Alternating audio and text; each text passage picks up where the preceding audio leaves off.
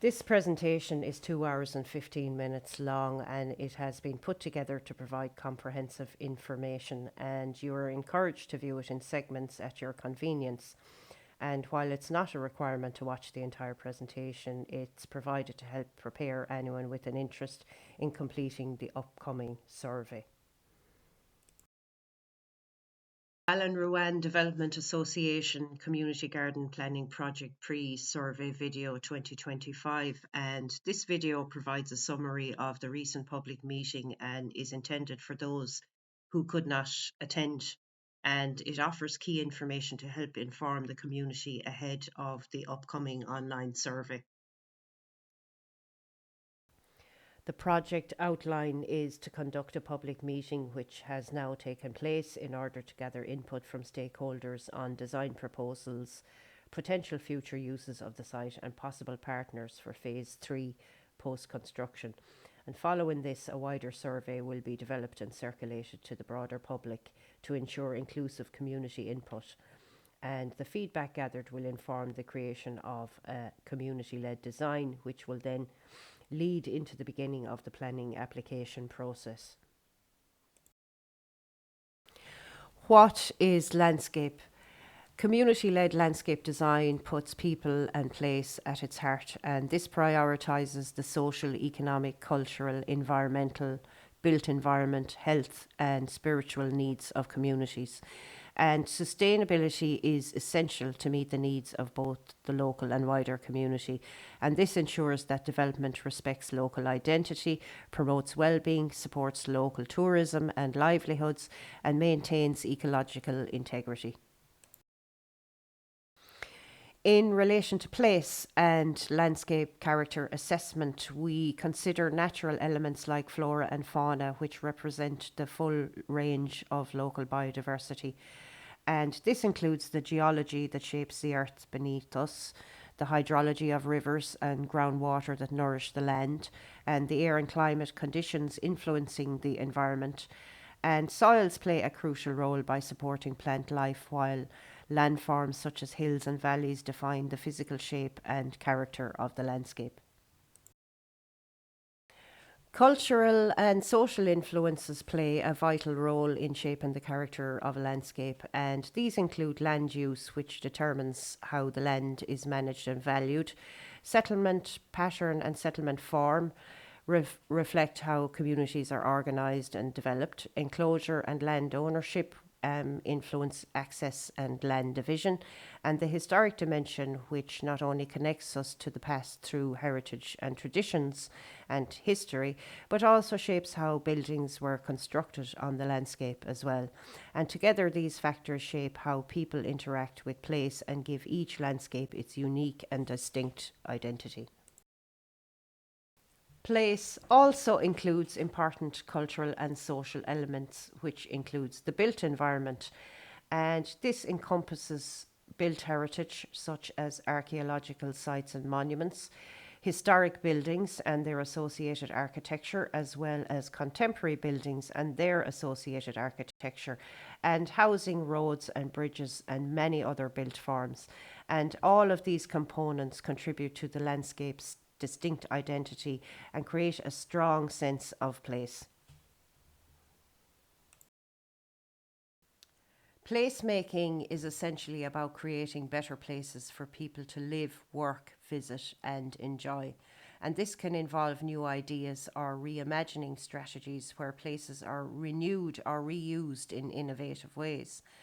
At the heart of this is community, and that's brought together through multi-stakeholder partnerships, which means collaboration between civil, civic, scientific, academic, professional, financial and other sectors. And these partnerships enable a wide range of people and organisations to contribute their knowledge and resources. Equally important is social integration, which embraces all people and communities, including social inclusion, which is for those who may otherwise feel excluded or marginalised. This approach then ensures that landscapes reflect diverse voices and foster a true sense of belonging. The project we're undertaking now embodies this philosophy through a community-led landscape design that prioritises involvement from all sectors of society. And landscape is not only a physical setting, it's also deeply connected to people and place, and this can be shaped by perceptual and aesthetic dimensions as well, such as memories, associations, and personal preferences. These can include also how we experience landscapes through sight, such as colour, texture, pattern, and form, as well as through sound, smell, and touch, all of which contribute to the unique character and emotional resonance of a place. Climate also significantly shapes the landscape, and it impacts things such as water systems, vegetation, and land use. And through this type of holistic landscape character assessment, we can respond with sustainable solutions such as carbon dioxide and pollution reduction via planting trees, retrofitting, solar power, rainwater harvesting, making green roofs and vertical green walls, and flood mitigation to enhance resilience and preserve the distinct identity of a place.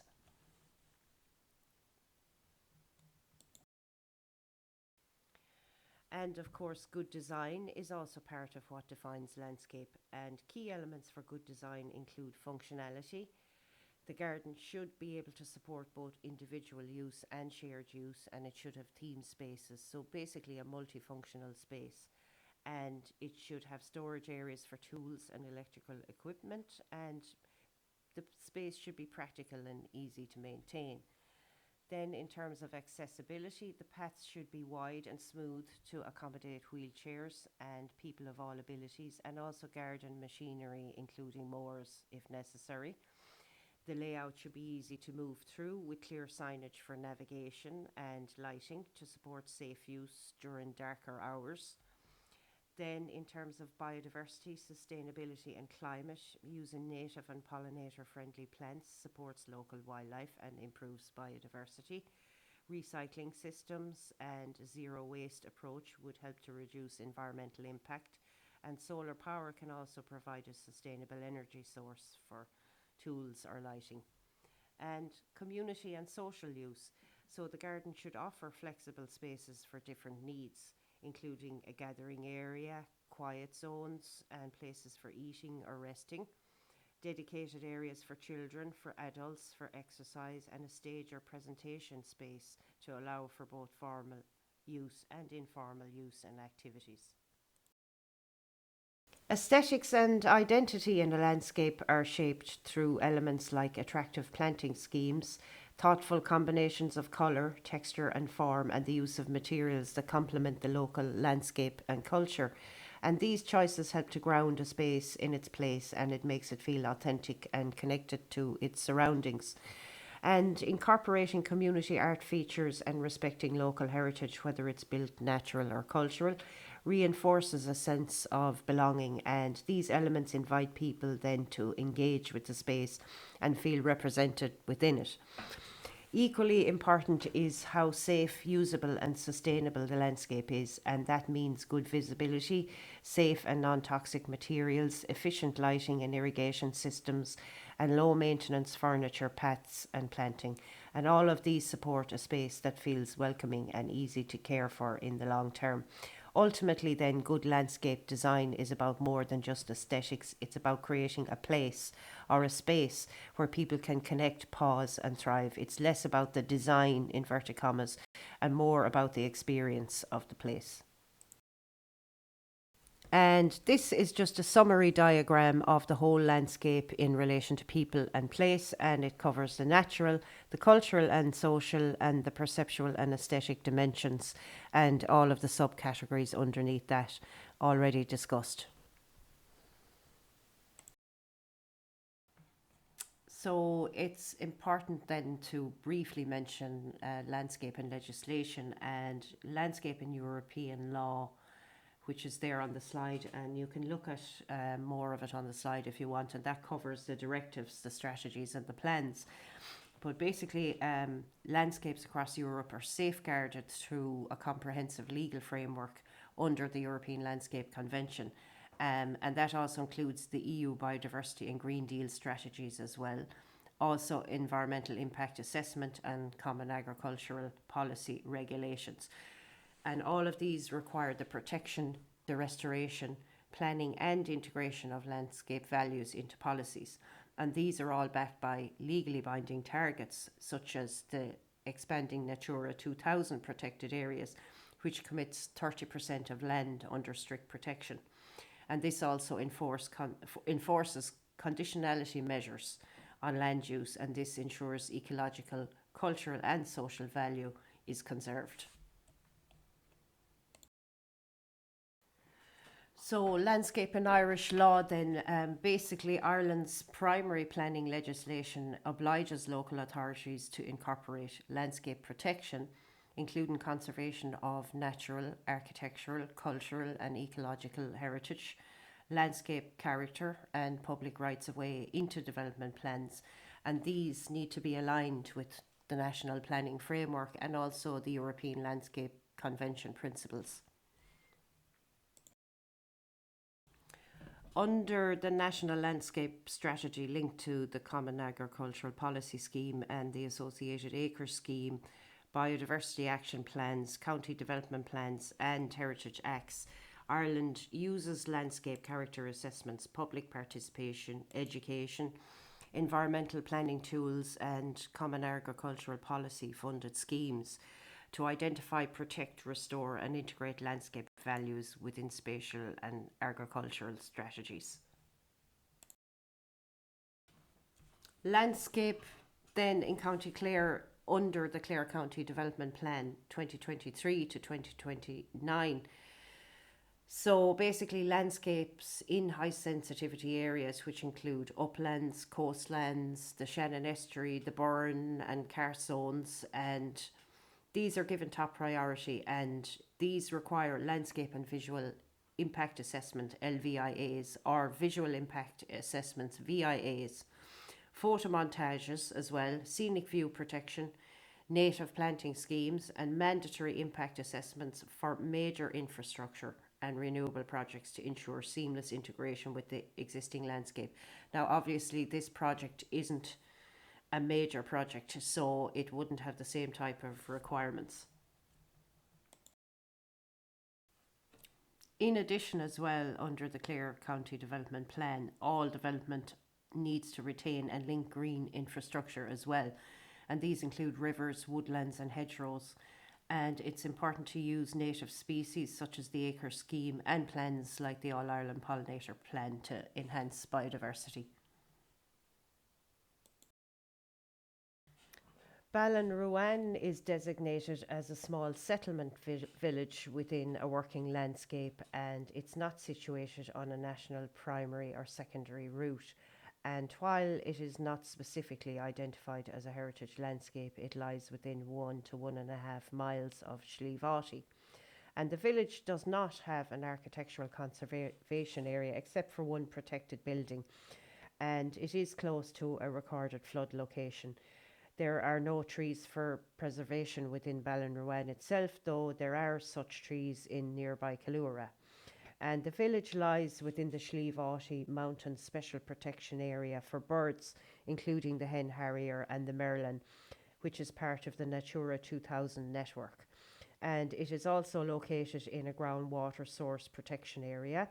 And while there are no special areas of conservation, natural heritage areas, nature reserves, Ramsar sites, national park, wildflower sanctuary, or OSPAR site within the village, it is approximately 810 metres from Doon Loch, which is a natural heritage area, and within a mile of the Mahara Mountain Bogs Natural Heritage Area and Oysterman's Marsh Natural Heritage Area, and a few miles from Dromore Woods and Lochs, which are a special area of conservation. And it's not identified as a conservation area or a village-scape of special amenity. Overview of Ballinruan Village. So the village of Ballinruan is located at 125 metres above sea level, and it's just about 3 miles from the Galway border, and it sits within a very rich and varied landscape. And at its centre are the local Roman Catholic Church and the community hall, which are framed by the proposed garden site, and these offer sweeping views of Doon Loch and the Burn National Park. And the area is also home to two scenic loop walks, the Ballinruan and the Gorton American Walk, and these wind through rolling countryside, bogland, hills, river valleys, woodland, and also lakeshore vistas. And these trails also link to the broader Mid-Clare Way loop, and they provide further access to the region's diverse and picturesque terrain. Also, the community hall is the local polling station. Doon Loch then itself is designated as a natural heritage area by the National Parks and Wildlife Service, and it's valued for its ecological diversity, and it supports brown trout, coarse fish such as bream, roach, perch and pike, and also a fish called dace, and this is rarely found in Irish lakes. Ballinruan etymology. So the Gaelic name for Ballinruan is Ballinruan, which means the town of the red land or red place. It also might make reference to plants such as buckwheat or emmer wheat. And in folklore, it has sometimes been referred to as the woman with the red hair. The closest townlands then surrounding Ballinruan are Cahir, Killura, Cappamore, Derrycalif, Doon, Gortanuska, Gorton American, Knockmeal and Skaltna Gown. The population of Ballinruan has increased since the 2022 CSO census, and since 2022 new families have actually moved to Ballinruan and new houses have been constructed. This also applies to the neighbouring village of Crusheen, which is located just off the M18, and Crusheen has experienced steady population growth in recent years, with several new housing estates completed since the last census and more under construction. And to support this growth, Clare County Council submitted a standalone RRDF application focused on three areas, which include the reopening of Crusheen Railway Station, the development of a childcare facility and public realm enhancement to support village life.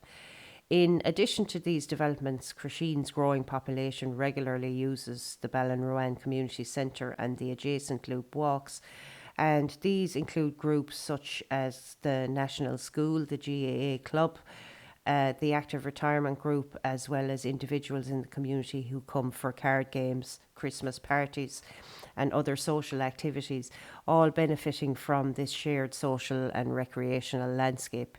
And this collaborative regional relationship strengthens the case for sustained investment in rural placemaking and community infrastructure across the wider Ballinruan-Crusheen region.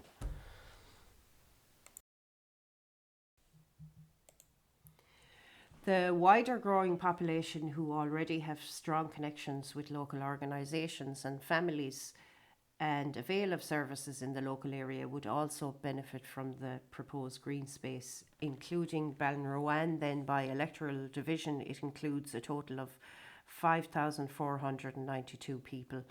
And I haven't even included Tulla and other electoral divisions there. So there's actually more than that. Excluding then those already mentioned, this includes Tober Breda, Kilractus, Rathclooney, Ruan, Corrafin, Mocana and Baha.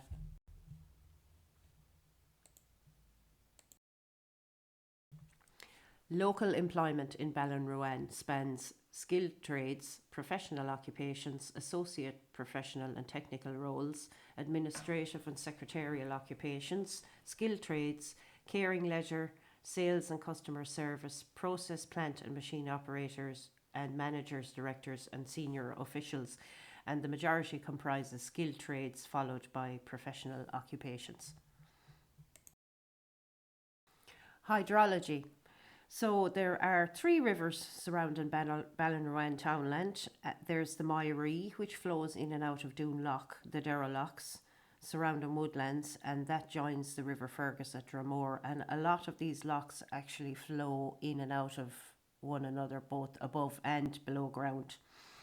Then there's the Millbrook, which is south of the village centre, while the Rhine then is further southeast and it forms part of the Shannon-Fergus river system, and that's a tidal river. Doon Loch then is the biggest loch in the area, and it's the most prominent and picturesque loch in the area as well. Several other lakes in the area include Cloggerwood Loch, Loch na Haglish and Ballinruan Loch. There's the Derreen that flows into Cloggerwood, which also flows into Doon Loch, and then from Doon that flows into the Drumroon and Ilan Cronin Lochs. Then the Darrow Loch south flows into Attyquin Loch.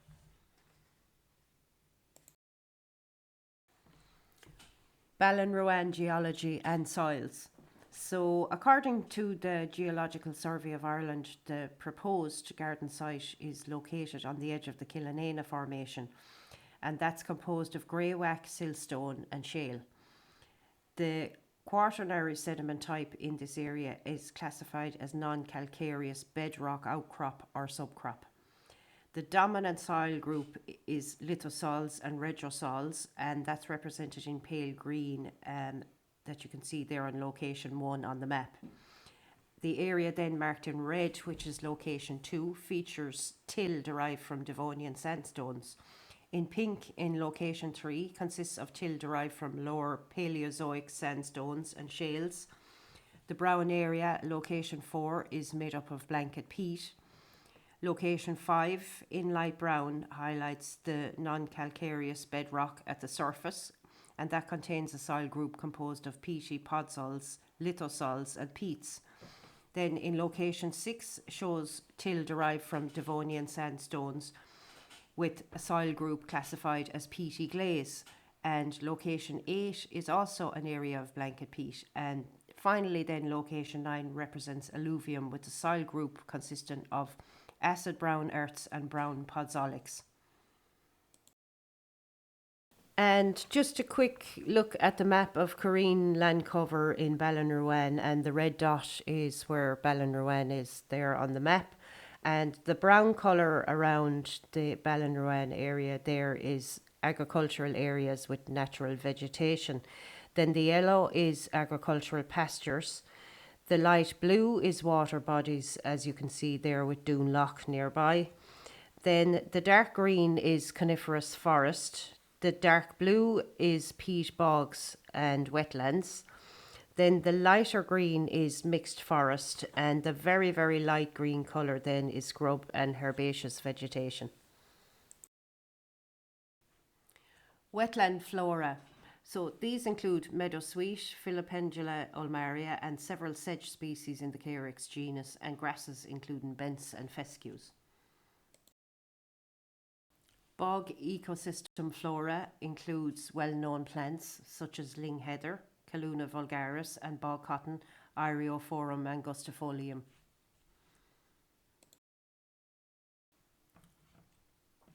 The National Biodiversity Data Centre shows records in the region for several species. So these include birds, liverwort, mosses, ferns, flowering plants, horsetails, insects, which include beetle, dragonfly, butterflies and moths, and also terrestrial mammals.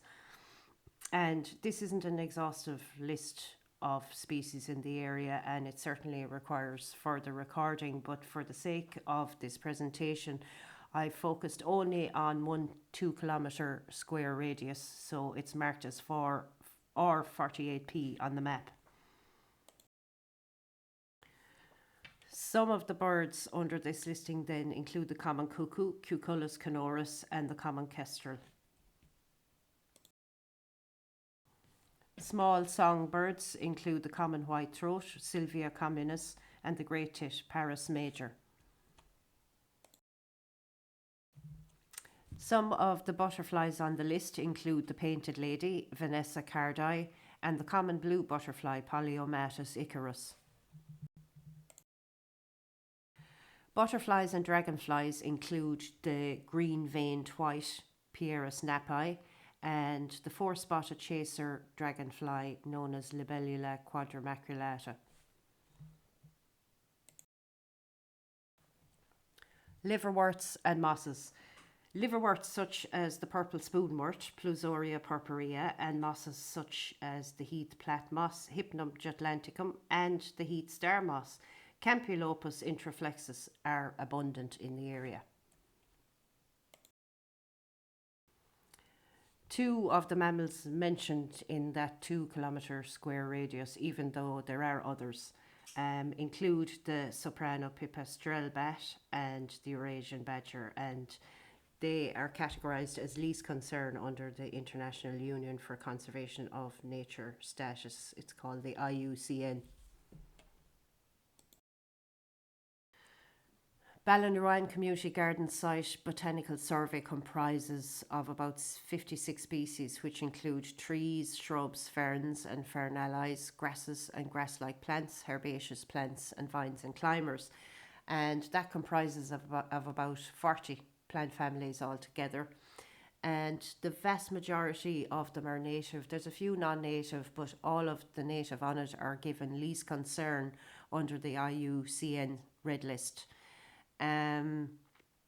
Some of the natives include the gorse, Ulex europaeus, hawthorn, Crataegus monogyna, elder, Sambucus nigra, honeysuckle, Lonicera periclymum, and the Sitka spruce at the end of the garden is not native, and more than likely those will be removed from the site. Ballinruan Built Heritage. So there's only one listed building in Ballinruan in the National Inventory for Architectural Heritage, and that is the Roman Catholic Church, and it's listed as circa 1860. However, an early OS map dates the building to at least 1842, and the building was formerly known as Meelick Chapel. It's a freestanding L-plan, and it still remains to this day, and the building is categorised as having architectural, artistic and social status. This is just a short video on some of the archaeological sites in Ballinruan, and the first one is in the townland of Killura, and it's obscured by woodland and forestry, and there's a stone formation there which consists of 4 large stones resting on 2 rocks. And then there's an irregular megalith then that caps the structure, and it's known locally as the Big Rock. Also in Killura there's an earthwork, and earthworks are artificial changes in land level, and they're typically made from piles of artificially placed or sculpted rocks and soil. And earthworks can themselves be archaeological features, or they can show features beneath the surface. And there isn't any more information on that on the Heritage Map site yet. Also in Killura there's a holy well, a ritual site. And these were and are to some modern people regarded as sacred places with long held traditions associated with paganism and Christianity. Then in Doon there's evidence of a castle which is currently unclassified. Also in Doon there is a quarry, and this was formerly listed as an enclosure, but it was found just to be a quarry on the knoll in the mixed woodland. Also in Doon there's a Bullan stone which is in the graveyard, and these are prehistoric stones with naturally or artificially carved hollows, often found near religious sites, and they are believed to have been used for grinding grains, holding liquid or holy water, and in folklore they are regarded as having healing properties, such as, for example, curing warts. Also on that site there's evidence of a tower which is situated on top of the hill, which is southwest of Doon Mulvihill burial ground just there, and it is the base of a solid rectangular mortar tower, and the southeast side has 4 steps protruding and another at the bottom may be missing, and the steps lead to the base of a doorway, and it may have been built by the butlers of Bunahow. Also in Doon there's a coffin resting stone, and when there was no formal transport these were used to assist pallbearers, allowing them to rest on the way to the burial site. Then over to the townland of Knockmeal East there's a ring fort or rath, and these were circular enclosures 20 to 40 metres in diameter with an external ditch or ditches and there's no more information on that one at the moment. Still in Knockmeal East, there's also a megalithic wedge tomb, and this is a megalithic structure which would have been covered by round or oval cairns. And tomb, cairn and graver are common terms or words used in buildings archaeology due to the carbon dating of bones or burnt items found on these sites. However, all assuming that they represent the same period of construction, which may not necessarily be the case, and these may have been constructed much earlier and used again in later periods. Also, then there is the modern day interpretation of older cultures, which may be kind of narrow. It might be a bit emic and predominantly Christian. And there's no further interpretation really of how these sites were used, including rituals. And there's no further information on that site either. There's also another megalithic tomb, which isn't visible from overhead, and this is also officially designated as a megalithic tomb, and they are said to have been constructed in the Neolithic period and usually consist of a chamber, sometimes covered by a mound and an entrance passage. Then over to Derry Caliph, there's a children's burial mound, and that's defined by an earth and stone bank, and these were primarily used for burying unbaptized and stillborn babies. Also in Derryboy, there's the Famine Village excavation, which will be covered briefly in a slide shortly. Over to Care, then there's an enclosure in Care, which is any area of land separated from surrounding land by earthworks, walls or fencing. And next to that, there's also another enclosure. And then up to Gartnamericon, there's another large enclosure there which can be clearly seen from overhead. And in Skeltnagown, then there's a Fullocht Fia, which is a Bronze Age cooking site referred to as a burnt mound. And also in Skeltnagown, there's a ring fort, also known as a Rath or Cahir, which might also explain why the name of the townland Cahir, where the name of townland Cahir came from. And ring forts come in many sizes and may be made of stone or earth. And earthen ring forts would have been marked by a circular rampart, which is a bank and a ditch, often with a stake wall, and both stone and earthen ring forts would generally have had at least one building inside. And there is also a redundant record by Doon Loch, and a circular feature is visible on a geological survey, but there's no clear evidence of a monument.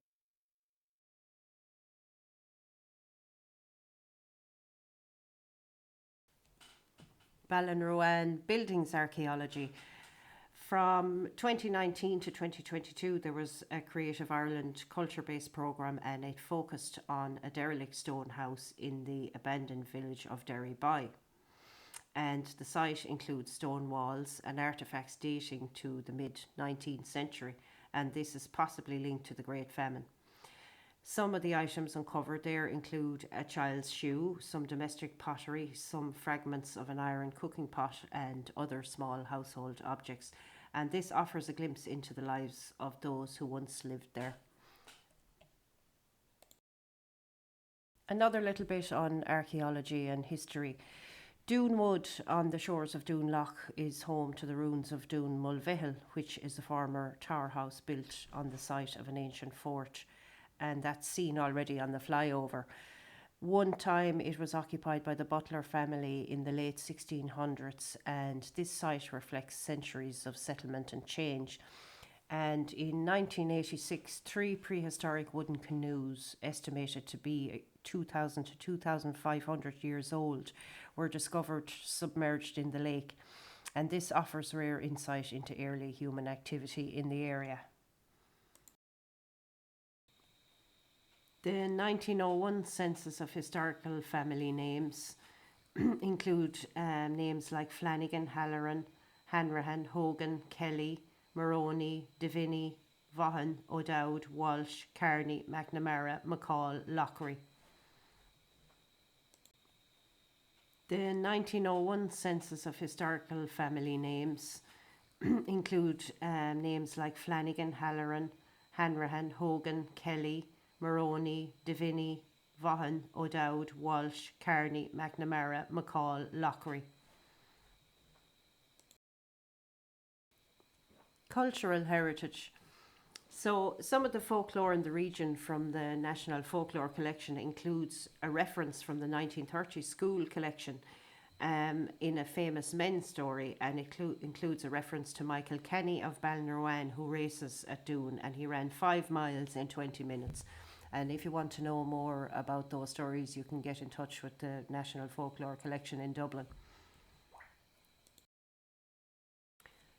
The story also includes a reference to John Hunt of Crusheen, or Doon, who brought a plough and harrow through hedges and ditches up to Ballinruan Forge.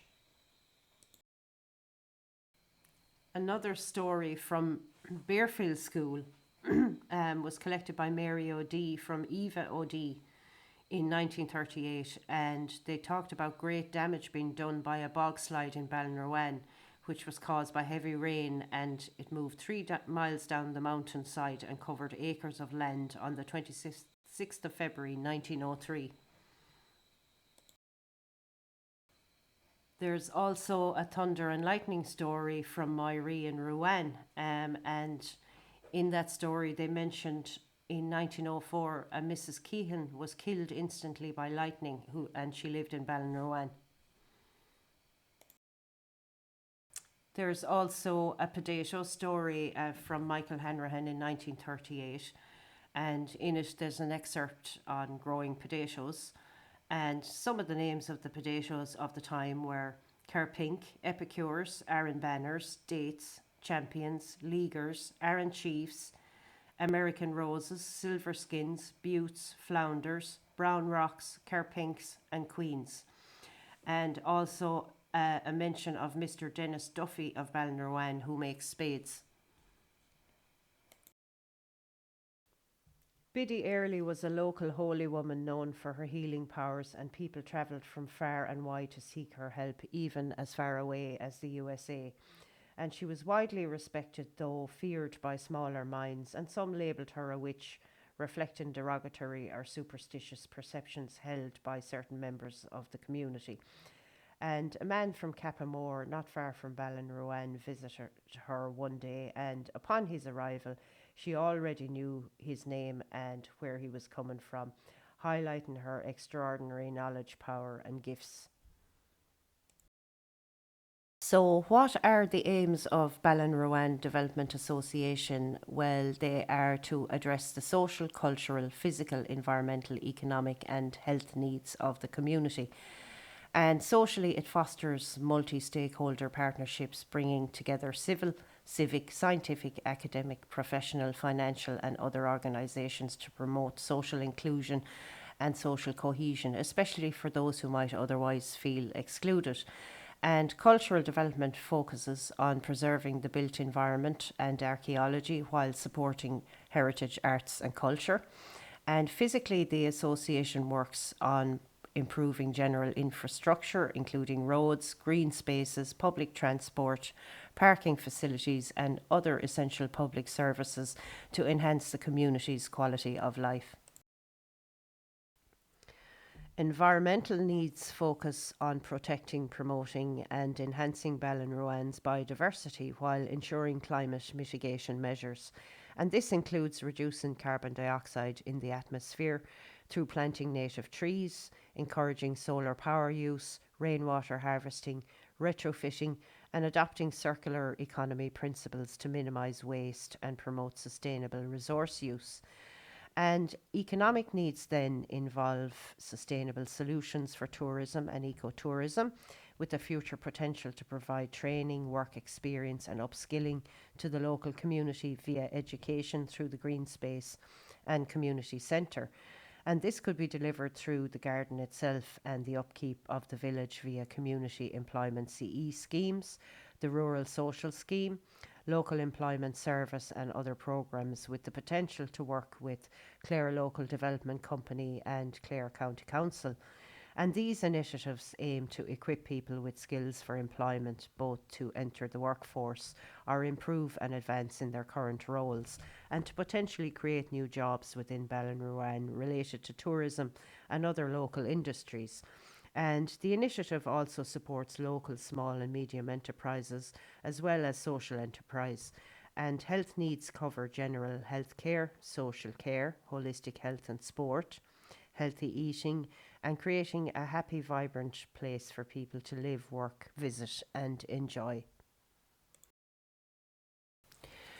The stakeholders who have had a long standing relationship with Ballinruan Development Association, which includes the Hall Committee and Tidy Village, have collaborated on many projects and events over the years, both on site in the community centre and via the Loop Walks.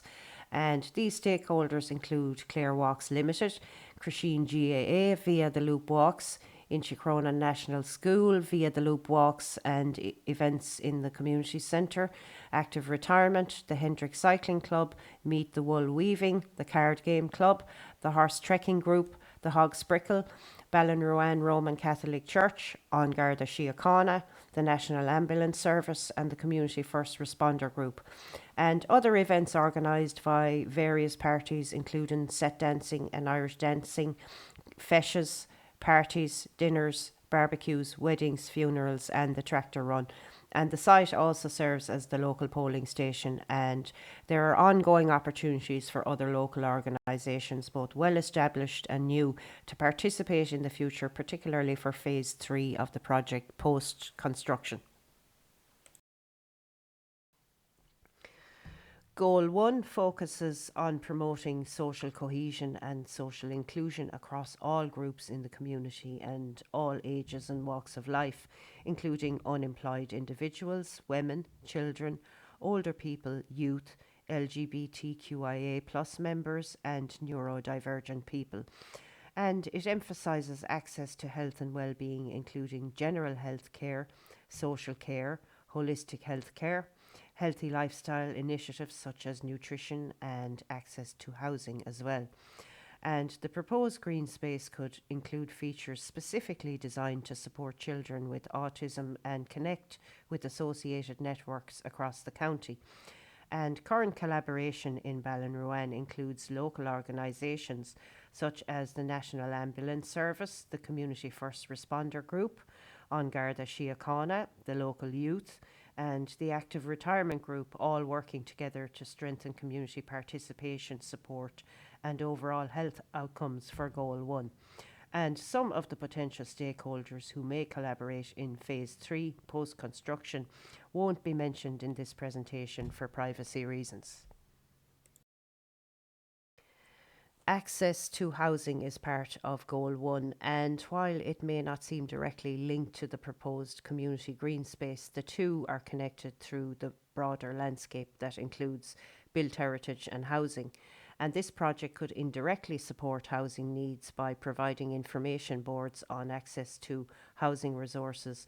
And housing is a vital issue for everyone, even those in rural villages as well as towns.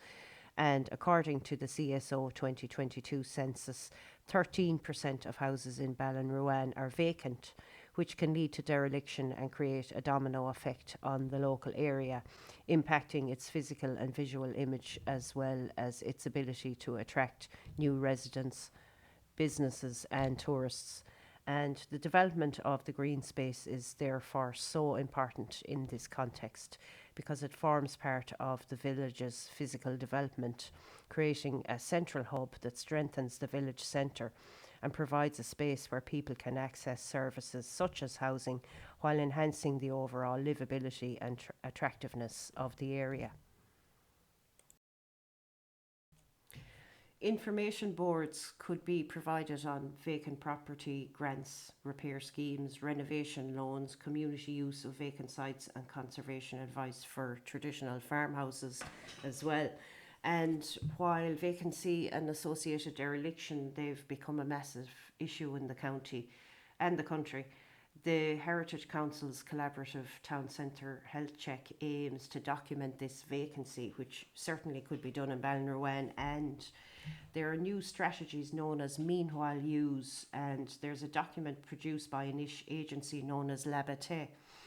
And these provide sustainable ways of temporarily using vacant buildings and land. For example, pop-up shops, artist studios, temporary office hubs, community cafes and other uses. This can also include assistance then for first-time buyers, information on schemes, housing aid for older people for repairs, loans and grants for solar power. Goal 2 then is about lifelong learning and training, and that's about providing education for all age groups and backgrounds, and that includes early years, primary, secondary, higher and further education, and other kinds of courses as well, and also training and upskilling for small and medium enterprises. And you'll already begin to see now how Goal 2 is starting to overlap with Goal 1. And what I will do is discuss the potential stakeholders and how they can collaborate with one another for Goal 2 shortly. The green space can serve as a potential hub for training, upskilling and digital skills development for people of all ages, including those returning to work or those progressing in their careers or currently unemployed. And it can provide support for small and medium enterprises, including those locally, and offer a wide range of learning opportunities from tourism and promoting local attractions like the connected loop walks and the wider landscape, to general work experience, garden maintenance, STEM education, well-being, food and nutrition, sport, healthcare, business and management, music, workplace skills such as safe pass, manual handling and food safety, and creative courses in art, craft and design that connect with heritage and cultural learning.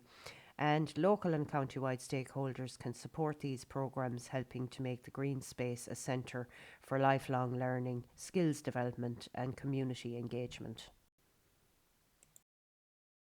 Goal 3 is about sustainable agriculture, tourism, sustainable villages and communities, social enterprise, public transport and climate change mitigation. And you can begin to see the overlap again here between Goal 2 and Goal 1. And I will discuss the stakeholders and how they can collaborate with the local community to meet these goals. Goal 3 focuses on sustainable economic sectors, including local tourism and ecotourism, and supporting artisan and craft businesses through craft fairs and festivals, with the green space proposed as a venue for these activities. And the goal also emphasises vibrant village centres and regenerative tourism, with the green space playing a key role in physical development and enhancing Ballinruan's image to attract visitors. And the green space is also proposed as a potential site for developing a social enterprise, such as hosting weddings, which could provide future training and employment opportunities. And local farmers could benefit from educational programmes, demonstrations and initiatives such as the All-Ireland Pollinator Plan and Farming for Nature, supporting biodiversity in ways that complement farming practices. And additional proposals include collaboration with existing groups and enterprises, including Clare Walks Limited, Fáilte Ireland, Meet the Wool Weaving, which is a local craft producer, and there are many more, and the Horse Trekking Group and the Hendrick Cycling Club, integrating tourism, heritage and local enterprise to strengthen the economy and community engagement. Goal 4 is about enhancing economic, cultural and social opportunity. And you can see again here how this is already overlapping with Goal 3, Goal 2 and Goal 1. However, Goal 4 also has a strong focus on arts and culture, and also recreational and community spaces and community wealth building. And there are numerous local stakeholders who can get involved in Goal 4 and collaborate with other stakeholders countywide as well. Goal 4 focuses on cultural and social opportunity, emphasising arts, culture, community spaces and investment in social enterprise. And the proposed green space would provide significant diversity in this context, featuring a stage area for musical, theatrical, and dance performances, hosting art exhibitions and creative activities such as photography or botanical drawing, and serving as a recreational garden for community use. And its multi use design supports a wide range of activities, including youth engagement through features like the ball wall, while promoting community wealth building. And many local and county-wide stakeholders could potentially be involved in the future, including youth clubs in Shicronan National School, local cultural networks via Clare County Council, mural and other local artists, musicians, storytellers, and craft producers. Goal 5 focuses on a sustainable and resilient county, emphasising climate action and environmental adaptation. And the proposed green space could provide education to local and county-wide stakeholders by collaborating with national organisations on climate adaptation, biodiversity and sustainability. And the space itself could include tree planting for carbon capture and water retention, and green roofs on structures and vertical green walls to support biodiversity and climate adaptation. And the green space could also work along with farmers, communities, businesses, schools, youth organisations, active retirement, voluntary groups and Clare County Council to deliver educational programmes and practical demonstrations showing how these approaches can be implemented effectively and sustainably. The proposed green space could incorporate interactive digital platforms to educate visitors about biodiversity, local heritage, archaeology, history, and nearby natural areas, including national parks, special protection areas, and bird conservation zones. And Wi Fi access could be provided to support learning and community engagement, while energy efficient features such as solar powered lighting would promote sustainability. And the space could also foster local democracy and civic participation by hosting regular community meetings and youth engagement initiatives, encouraging young people to contribute to decision making and local projects. And key stakeholders in these initiatives could include the Rural and Community Development Directorate within Clare County Council, as well as local community and voluntary organisations working together to create a digitally inclusive, environmentally aware and civically engaged space for Goal 6. Just as a recap then, it's important to reiterate that these 6 goals can be met by creating a green space that can provide these kinds of services and meet these various needs. And in relation to Goal 1 already discussed, Clare Sports Partnership have expressed an interest in collaborating with Ballinruan Development Association for Phase 3. And some of the services they provide are inclusive sports. They work with preschools, primary schools and secondary schools, active communities. They work with men, women and older adults, and they provide education. And there are several local organisations that they could work with in Ballinruan, and these include active retirement, Inchikrona National School and the local youth clubs. And this could be done through having outdoor physical activities in the garden for all people, and also trail walking and activities linked to the garden, such as the loop walks.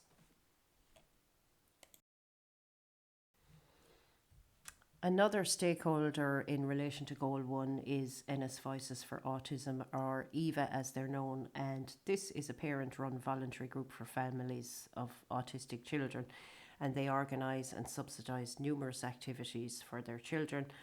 And there are several local people who avail of their services and work closely with them, and they have expressed an interest in working with Ballinruan Development Association and other local groups if they're interested, so that they can use the space for their children. And they've put a series of design proposals which are there on the slide if you want to have a look at them.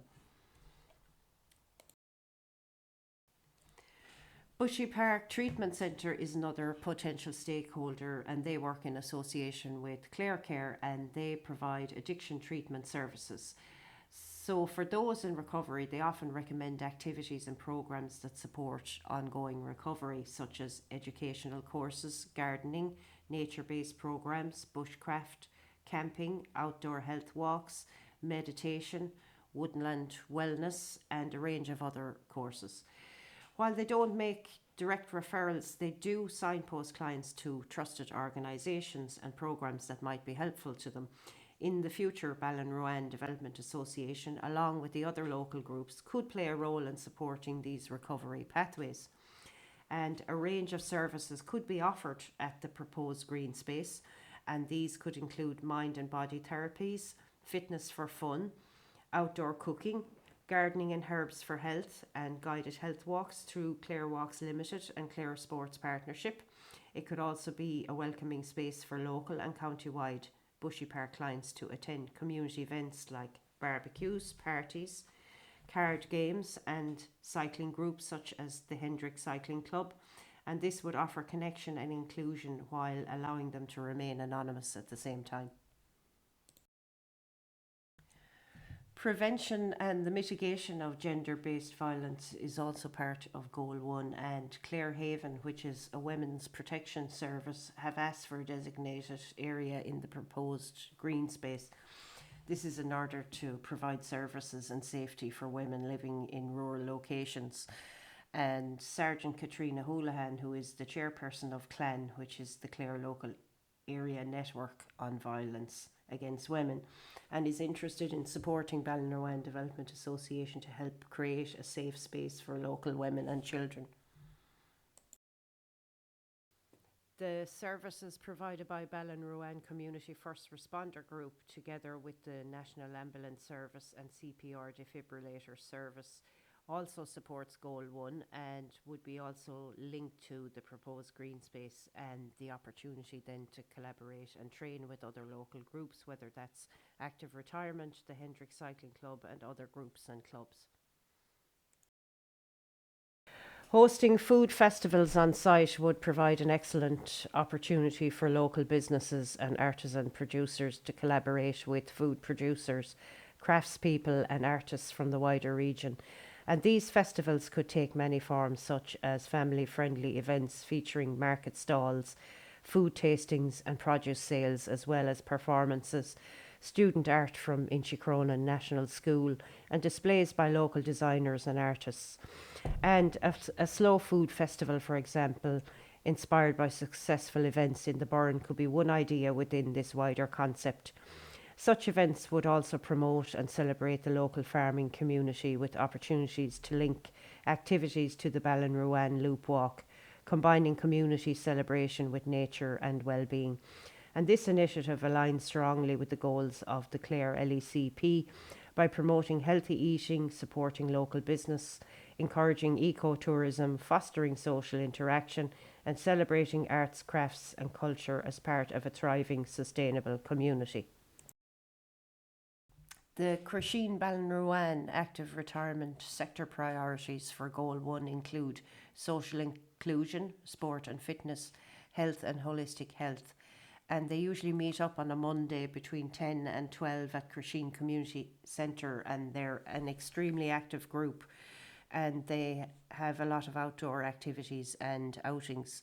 And some of their proposals in relation to Goal 1 include yoga and meditation, exercise and fitness events, walks and cycles using the garden as a base, health and safety awareness, LGBTQIA plus awareness, cooking and growing food outdoors, and healthy eating. As part of Goal 3 of the Clare LECP, which focuses on supporting local craft producers, Sandra King at Alder Cottage creates textiles and dyes wool using plants as the source of colour. And some of these, such as Irish gorse, grows locally and she harvests them locally, while others could be cultivated in the garden as part of an educational programme. For example, madder is used for red, onion skins and birch bark for orange, goldenrod, pine needles, nettles, wild carrots, sunflower and roses for yellow, rosemary for green, indigo for blue, amaranth for pink, beetroot for purple, eucalyptus and oak for grey, and chestnut and walnut for brown. And growing some of these plants on site would provide practical examples for courses and workshops, giving participants direct experience with natural dye sources. Traditional skills and local crafts play a vital role in keeping culture alive, adding vibrancy to village centres, markets, and events, while supporting a diverse rural economy and fostering creativity. And community groups such as local centres, active retirement groups, schools, artists, tidy towns, religious groups, and tourism networks can benefit through workshops, events, and displays. And this aligns with several goals. Goal 2, by promoting lifelong learning through community workshops and craft skills. Goal 4, by creating cultural and social opportunities that celebrate Clare's heritage and creative identity. Goal 5, by building resilient communities and encouraging the use of natural materials and local knowledge. And Goal 6, by strengthening collaboration and partnerships with local groups and events. And potential activities could include plant dye growing, weaving, hand spinning, fibre crafts, card weaving, natural dyeing, open spinning days, seasonal fairs and festivals, and sustainability focused courses. And just on a side note, this hand knitted lace parasol cover housed in Kew Gardens was crafted in Ireland, likely by Mrs. Letitia Vevers, and donated in July 1856 by Lady Doneraile to Sir William Hooker. And it's a very intricate design, and it's actually made from stinging nettle, Solomon seal, and nasturtium fibres. And this reflects both the artistry of Irish lacework and the deep connection to native flora. The proposed green space in Ballinruan supports Goal 3 of the Clare LECP by enhancing sustainable tourism and promoting local heritage through direct links to the Ballinruan Loop, which is a 10-kilometre loop and takes about 3.5 hours. The Gurton American Loop, which takes about 5 hours, it's about 15 kilometres. And the Mid Clare Way, which takes 6 days, and these two loops are actually linked to the Mid Clare Way. And these walking routes, supported by Clare Walks Limited, attract both local and national visitors, offering immersive experiences through the Clare countryside. And the green space will serve as a rest and information point, encouraging walkers to stop, explore, and engage with the community. In addition to boosting tourism, this initiative also touches on Goal 1, empowering communities, and Goal 6, climate, environment, and biodiversity, by providing inclusive access to nature and promoting low impact recreational activities. Local community groups, schools, and active retirement network can benefit from guided walks, educational use of the trails, and wellness activities, while the wider Clare community gains a strengthened network of outdoor amenities tied to health, sustainability, and local identity. Although Ballinruan's loop walks are currently featured on walking platforms like Hiker, Sport Ireland, and the Burren Lowlands Guide, they are not yet listed by Fáilte Ireland via the Discover Ireland platform. And promoting these walks through national tourism platforms would support Goal 3 of the Clare LECP, which encourages sustainable tourism development in rural areas through enhanced visitor experiences, trail networks, and cultural heritage engagement. And the proposed green space could act as a key trailhead and rest point, providing toilet facilities, drinking water, and interpretive signage, while also serving as a venue for community led events. A key opportunity is the revival or establishment of a Ballinruan Heritage Festival, celebrating local heritage, ecology, folklore, archaeology, and loop walks, a concept that aligns with both tourism development and community building. This initiative could attract festivals and events funding through national and regional schemes and support from partners such as Fáilte Ireland, Clare Walks Limited, Clare Local Development Company, and Creative Ireland. In addition to promoting ecotourism, such developments offer space for local schools, youth groups, retirement associations, and heritage organisations to connect with the site and broader County Clare tourism strategy. Hendrick Cycling, inspired by Ballinruan resident Hendrik Kettler, who in 2020 completed a solo 2,200 kilometre charity cycle from Kinsale to Derry along the Wild Atlantic Way, raising vital funds for the Bone Marrow for Leukemia Trust. And this offers a valuable opportunity to enhance community health, tourism, and active living in North Clare. And building on Hendrick's legacy, then the club can promote cycling and walking routes, such as the Ballinruan Loop Walks and the Mid Clare Way, linked to the proposed green space at Ballinruan Centre, which includes proposals for a public toilet and drinking water station to provide a convenient rest stop for walkers and cyclists. And this initiative supports multiple goals of the Clare LECP, including Goal 1, by encouraging physical activity and well-being, Goal 3, through boosting rural tourism and local enterprise, Goal 4, by promoting Clare's heritage and community engagement, Goal 5, by fostering environmentally responsible recreation, and Goal 6, by driving partnerships and innovation. And under Goal 6, Hendrick Cycling Club can collaborate with organisations such as Fáilte Ireland and to help to integrate Ballinruan and County Clare into national cycling and ecotourism initiatives, and the Clare Local Development Company for community funding and development, and Cycling Ireland for sport development and event support, and Clare County Council's Tourism Office for marketing and tourism infrastructure, and the Mid Clare Tourism Network, which supports sustainable tourism projects in the area, and local groups such as Active Retirement, Inchikrona National School, the youth clubs, and passionate local volunteers can assist with health promotion, event organisation, and community engagement. And additionally, residents and environmental advocates dedicated to promoting Clare's natural beauty can collaborate on educational cycling tours and eco-friendly activities. And together these partnerships will strengthen community cohesion, promote healthy lifestyles, and position Ballinruan as a vibrant hub for cycling tourism, driving sustainable economic and social development throughout County Clare. Ballinruan also plays a meaningful role in rural tourism through the regular visits of a Galway-based horse trekking group that hires out horses to tourists from all over the world.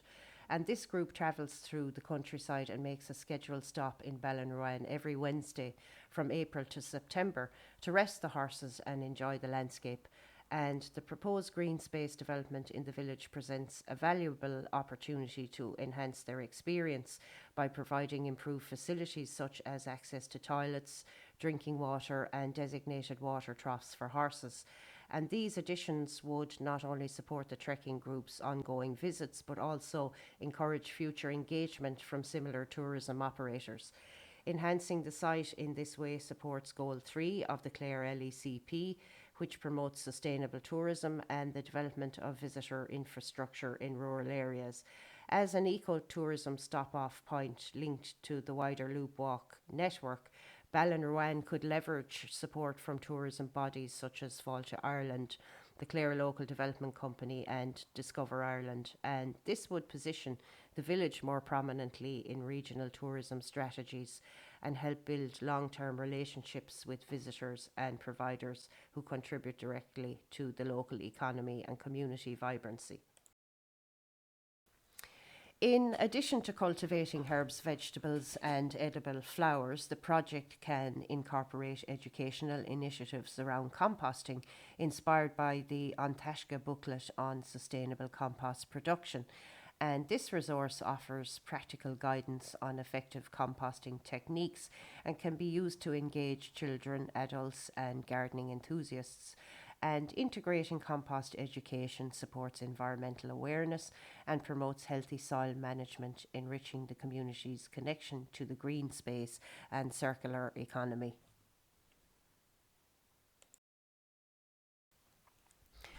Aligned with Goal 3 of the Clare Local Economic and Community Plan, which focuses on improving transport, connectivity, and sustainable infrastructure, Ballinruan now benefits from a TFI local link demand responsive transport service. Coordinated by Linda McAllen, Secretary of the Ballinruan Development Association, this service links Ballinruan with Crusheen, Bearfield, and Ennis, providing essential access for those without private transport. The route includes a stop directly outside the proposed green space next to the Roman Catholic Church, making the site highly accessible. And this opens opportunities then for Ennis-based groups to collaborate with the local community on events, courses, and cultural or wellness activities hosted on the site, and including festivals.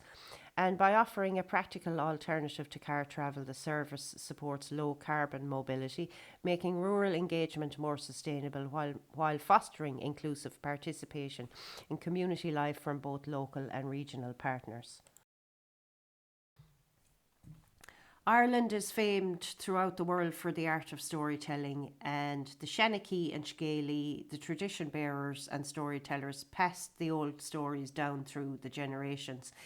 And today, in the 21st century, there has been a revival of the ancient art, and founded in 2003, the Storytellers of Ireland is an All Ireland voluntary organisation where they supply storytellers from around the country to attend events.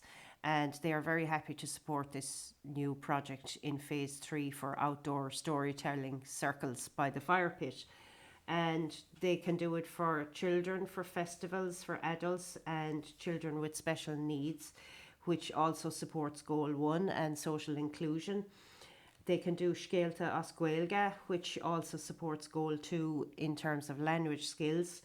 They can tell wisdom stories, Irish myths and legends, Irish folk tales, historical tales, original stories, and participatory stories, and many other types of stories. Marie's art has been featured in the Clare Herald, and she has a book called Opening the Portal about the tale of Kilstuffin, said to be in Liscannor Bay, and appears briefly above water every 7 years. And this blends drawing, painting, and narrative together in one book. And Marie has proposed projects for the garden, such as projected images and films, a garden art exhibition, artist talks in the garden, and events for Culture Night and National Heritage Week. And this supports Goal 4, which is Women in the Arts through broader cultural development and creative enterprise. But it also supports Goal 1 as well, because it directly addresses women and girls' inequalities and inclusion, and also Goal 6, which we have yet to cover. Local and county-wide artists have an important role to play in the proposed community green space, and this includes folk musicians, composers, performers and sound artists, as well as artists involved in residencies supported by Clare County Council and the Arts Council. And these residencies could be used as educational programmes for children, for example by inviting mural artists to create mural projects with young people, or by involving other artists in workshops that build skills and creativity. And local photographers, musicians, painters and other visual artists also bring diversity and depth, and promoting women in the arts is especially important to ensure equality and representation. And creative voices could be showcased through art exhibitions in the garden, artist talks, Culture Night, Heritage Week, and projected images or films. And all of these initiatives support Goal 4 of the Clare Local Economic and Community Plan, which focuses on cultural and social opportunity by promoting access to arts and culture, strengthening community identity, and making creativity a shared experience. Hosting garden light shows like Her Story light shows, which project illuminated art onto landmarks, often celebrating women's stories. These can directly support several goals in the Clare Local Economic and Community Plan, especially Goal 4. And what is a garden light show like Her Story? Well, these are outdoor light projection events. They're often in gardens or castles or public spaces, and they illuminate the stories of Irish women, both historic and contemporary, using visual art, storytelling and digital projection. And it's a mix of creative technology, cultural storytelling, education, and community engagement. And they have lit up places all over the country, in different parts of the country. And how this type of a light show would support Goal 4 is through cultural participation and inclusion. And these shows give visibility to women's stories, from local heroines to national figures, which aligns with Goal 4's emphasis on inclusion in cultural life, especially for underrepresented groups like women and girls. It's also support for local artists and creative industries, and it supports tourism and nighttime economy and heritage with kind of a contemporary lens. So it gives new ways to experience local heritage, and a garden light show overlays digital creativity with physical landscapes, letting people connect with Clare's rich history through a modern, accessible, and emotionally resonant format. And it also supports Goal 2 as well, because it supports lifelong learning and training. There's an educational element in it for local schools, learners, and communities, and they can co create parts of the show. For example, oral histories, art projects, or genealogy stories. And also, it supports Goal 6 as well, as a collaborative, diverse, and innovative county, and it involves partnerships between artists, heritage groups, libraries, schools, councils, and communities. And it's a model of collaborative culture and innovation. The horror story movement in Ireland includes much more than just light shows. The artwork connected to horror story and similar cultural storytelling projects involves a vibrant mix of visual, digital, and participatory art as well. And it's all designed to elevate the stories of women, whether it's historical, mythical, and contemporary. And some of it is done through portraiture and illustration, exhibitions and public installations, art books and illustrated histories, performance and participatory art, textile and craft art, and why it matters in the context of the local goals. Um, the artwork centres on women's voices and enables community participation for Goal 1, and it connects education with creativity for Goal 2. And it celebrates creative and cultural expression, which is part of Goal 4, which is the main one. And it also invites collaborative making, especially through interagency and artist community partnerships for Goal 6. Some of the funders include the Government of Ireland, the Erasmus Programme of the European Union, the Ireland Funds, RTE, the National Gallery of Ireland, the Anna Lynn Foundation, the Ulster Museum, Creative Ireland, and Broadcasting Authority of Ireland, to name a few. And Willowcraft courses support Goal 4 by enhancing economic, cultural, and social opportunity through creative, community based activities. And Willowcraft courses in a community garden, they teach traditional craft skills using natural willow. They build community pride and social connection. They offer inclusive learning for all ages, including seniors. They enrich the garden as a cultural and social gathering space. And other relevant goals as well include Goal 1, they promote health and inclusion via accessible green spaces and group activities. Goal 2, they encourage lifelong learning through practical craft workshops. Goal 3, they support sustainability by using renewable materials and boosting biodiversity.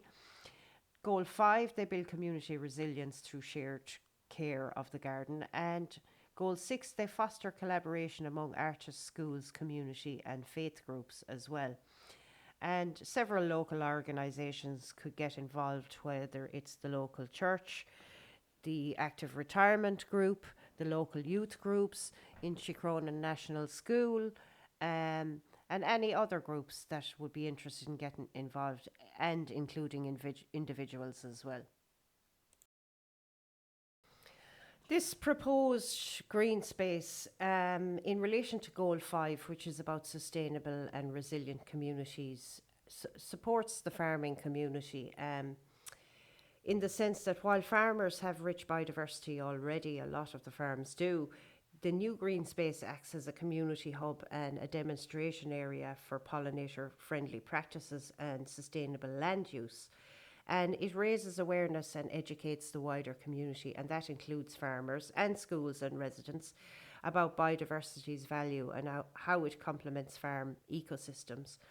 The Green Space also can host events, workshops, and pilot projects linked to the All Ireland Pollinator Plan, helping farmers to exchange knowledge without imposing rules and ways of living on farmers that may not support their livelihoods in a beneficial way. And it acts as a buffer or a wildlife corridor that connects habitats, potentially improving landscape level ecological resilience. And it provides a shared space for dialogue between farmers and community members to promote sustainability and climate adaptation together.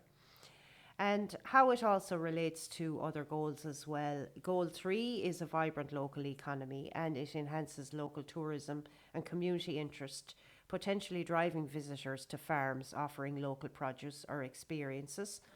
And there are other farms around the country that are doing these type of projects that actually help to promote their farms.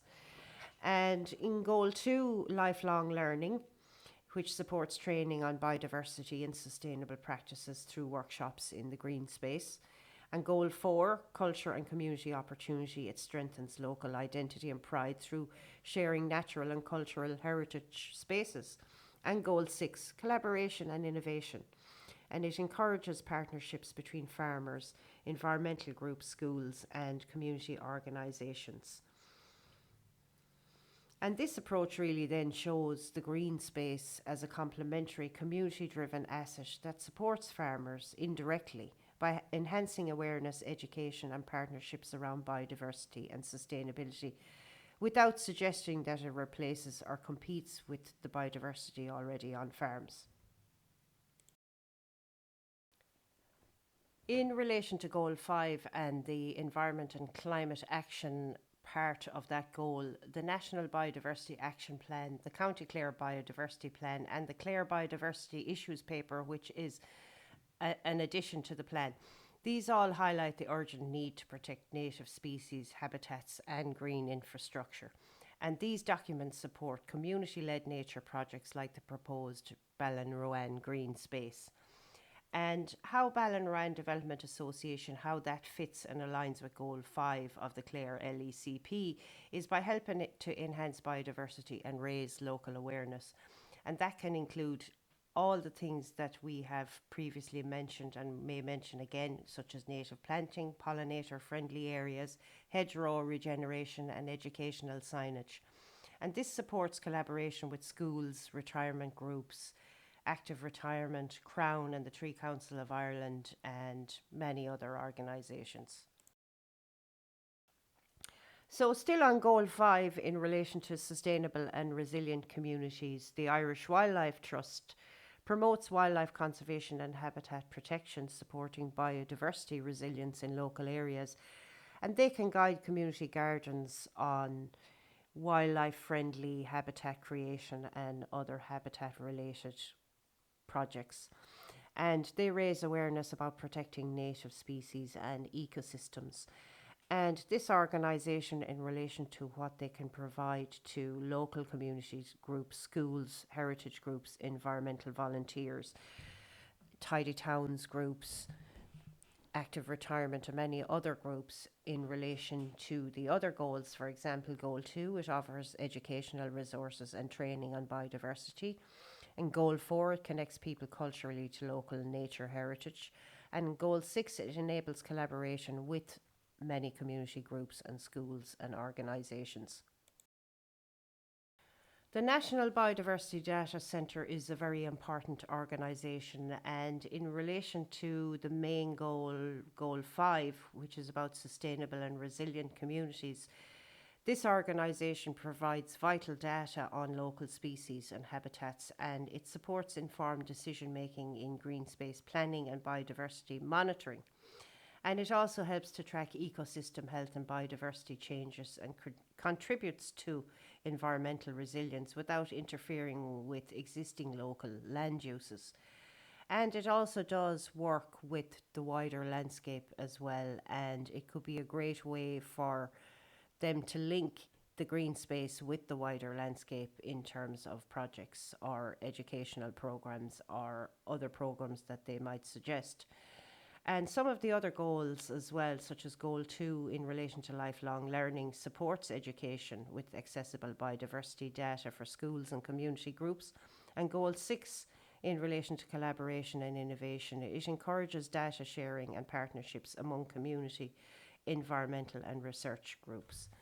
And some of the beneficiaries in relation to the proposed green space include the local schools and educational groups, and they can engage in citizen science projects and hands-on biodiversity learning using real local data. Local residents and visitors could benefit from thriving, biodiverse green space that improves well-being and connects people to nature. And local authorities and planners can use data insights for informed decision making about biodiversity targets and green space development at the community level. And then this approach ensures that the green space supports both community well-being and biodiversity goals aligned with the clear local and economic and community plan and national conservation priorities. The proposed green space could also serve as a training site for Leave No Trace courses, and this is a well-established environmental education programme which focuses on promoting responsible outdoor behaviour to protect natural areas from damage and pollution, and also to respect local farming communities as well. And Leave No Trace offers day and weekend courses across Ireland, with Scariff already used as a training location. And adding this site would offer a new local venue, especially relevant due to its connection with nearby loop walks, which enhances the learning experience. And these courses teach practical principles to reduce environmental impact, supporting the long-term health of green spaces like community gardens, trails and parks. And this initiative contributes directly to Goal 5 of the County Clare LECP by encouraging sustainable, responsible use of public outdoor spaces and protecting biodiversity. And it also supports Goal 2, 4 and 6 as well. And in addition, Leave No Trace in the past couple of years released their very first community biodiversity toolkit. And this offers advice on planting for pollinators and creating habitats that align closely with the All Ireland Pollinator Plan. In fact, it's quite similar, if not almost identical to it. These practical actions could be directly applied within the green space, reinforcing its role as both a learning environment and a biodiversity asset.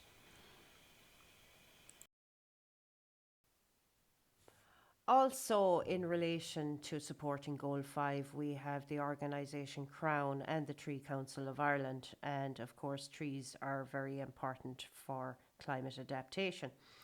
And in relation to Goal 5, this is all about sustainable and resilient communities. And both of these organisations promote tree planting, hedgerow restoration and biodiversity to build resilient and healthy communities. And they also provide expertise and resources for proper tree planting, important for long-term ecosystem health. And they support local hedgerow and regeneration projects that improve wildlife habitats and landscape quality. And they offer things like the schools programme, which is known as Easy Treesy, and they're aiming to plant 1 million trees with schools. There's also community activities such as photographic competitions, workshops and volunteer tree planting. And there's tree sponsorship, biodiversity grants and heritage signage projects to support local green initiatives.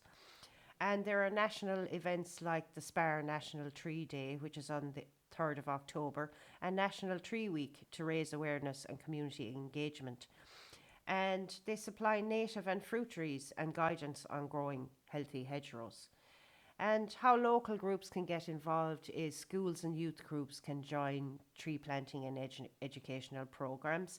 They can collaborate with tidy towns, residents associations, active retirement groups and religious organisations, and can run planting projects and workshops.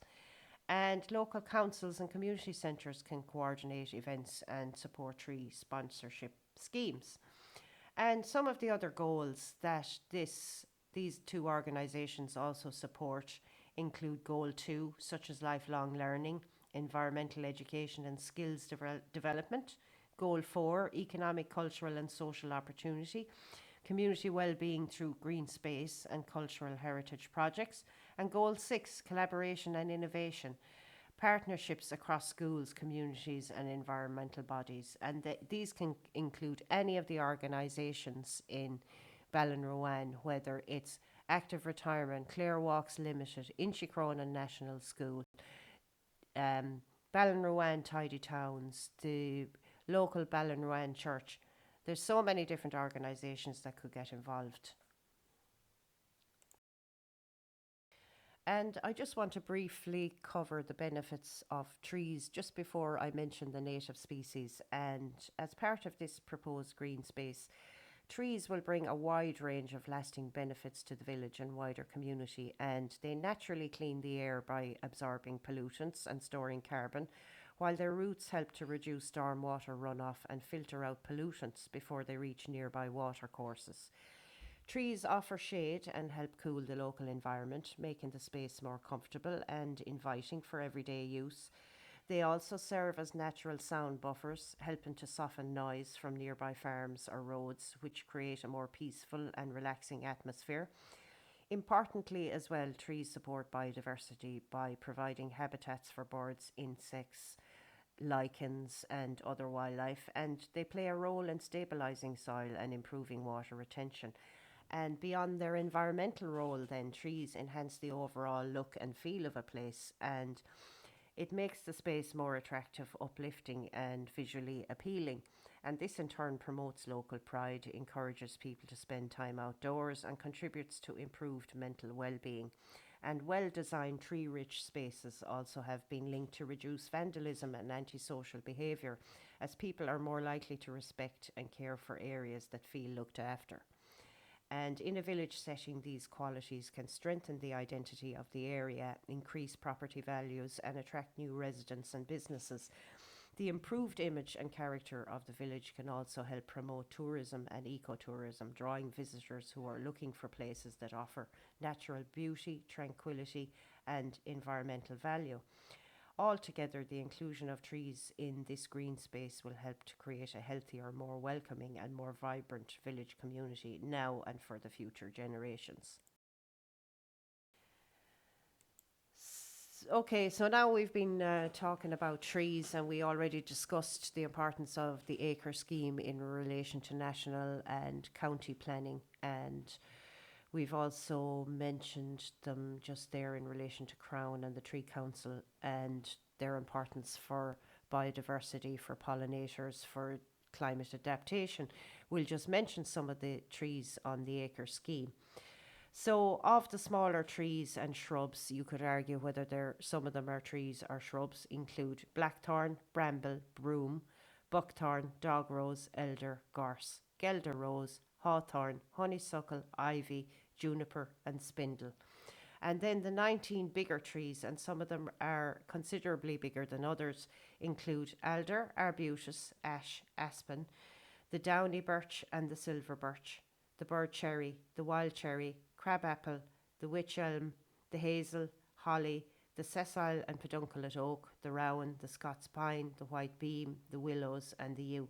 And these are very common trees and very well known trees, and it's important that some of these are used in this proposed green space. Obviously, they have to be the ones that are suited to the site, soil conditions, and also for visibility as well. We can't have trees that are too big that actually block the view of the lake.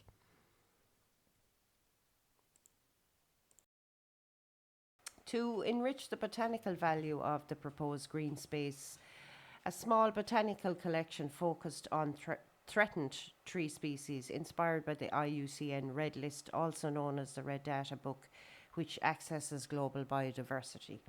And in Ireland, one critically endangered tree, Sorbus scannelliana, survives only in its native habitat and is not available through cultivation.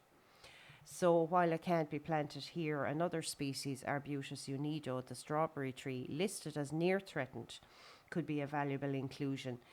These species, often called the Irish strawberry tree, is found in isolated locations in Kerry and Cork. and it's also part of the so-called Lusitanian flora. Arbutus unido is well suited to Ireland's temperate climate, adaptable and highly beneficial to biodiversity, and it provides nectar for pollinators and fruits for birds and small mammals. And other endangered or vulnerable but temperate species could also be included, whether native or non native, to create a protected collection that celebrates and sustains regional biodiversity. And this element underscores the site as a community protected botanical space combining aesthetics, education, and conservation. The inclusion of such species supports the Clare County LECP goals. Goal 5, which is sustainable and resilient communities by promoting biodiversity, ecological awareness, and sustainable planting. And Goal 1, healthy, equitable, and inclusive communities via educational value and community stewardship of protected trees. So, by introducing these near threatened and vulnerable species to the garden, we can foster a space that is not just beautiful but also ecologically meaningful and future looking. And we also have, as part of the Acre scheme, heritage fruit trees. And Irish seed savers are very happy to supply this potential green space with varieties of heritage fruit trees, and there are many. And these include cider, cookers, eaters, mixed juice, and crab. And the vast majority of the apples are from Malus domestica, which is one species, and these are basically cultivated varieties of one species, except for the crabapple, which is from Malus sylvestris. And the Malus domestica species originally came from Malus seversi, which is from Central Asia or Kazakhstan. We're still on goal 5 here, and now we're talking about invasive species. And a county that protects the natural environment and tackles climate change is part of Goal 5. And why invasive species relates to that is because they directly threaten biodiversity, native habitats, and ecosystems, and they're a central concern of Goal 5. And some other related goals include Goal 4 for lifelong learning and education through awareness campaigns, school programs, and community workshops. And Goal 2, healthy, inclusive communities. And volunteers can do cleanups and habitat restoration, and this can foster local engagement and well-being.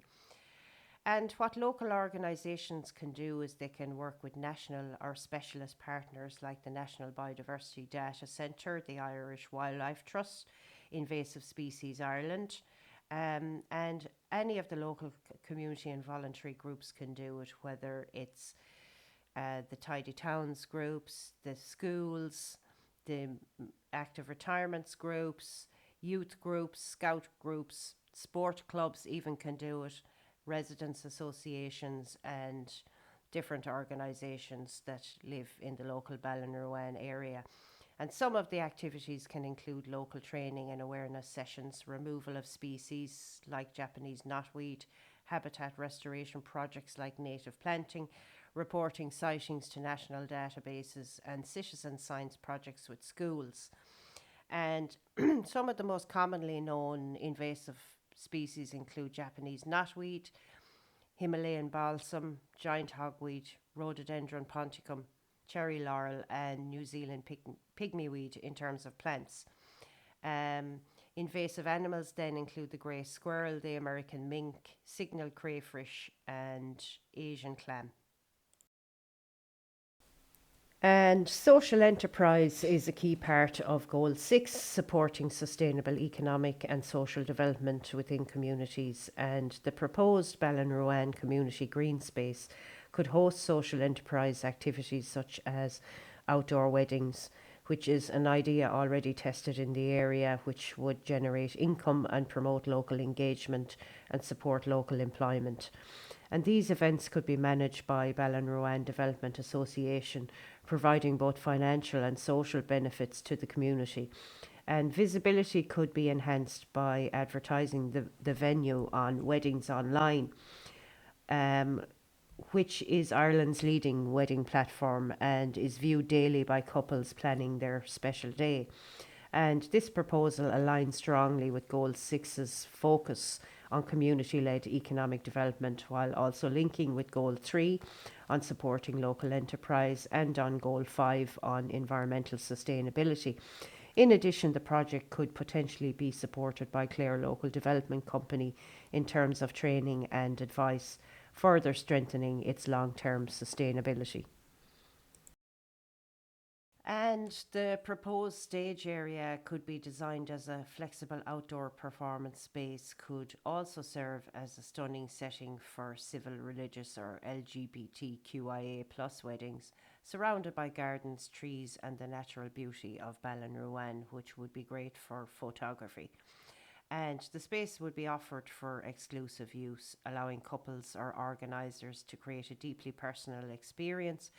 With a flexible, informal approach, people could arrange their own catering and bar, tailoring the event to their own tastes and values. And a small bar area could also be provided on site for adult gatherings during such occasions.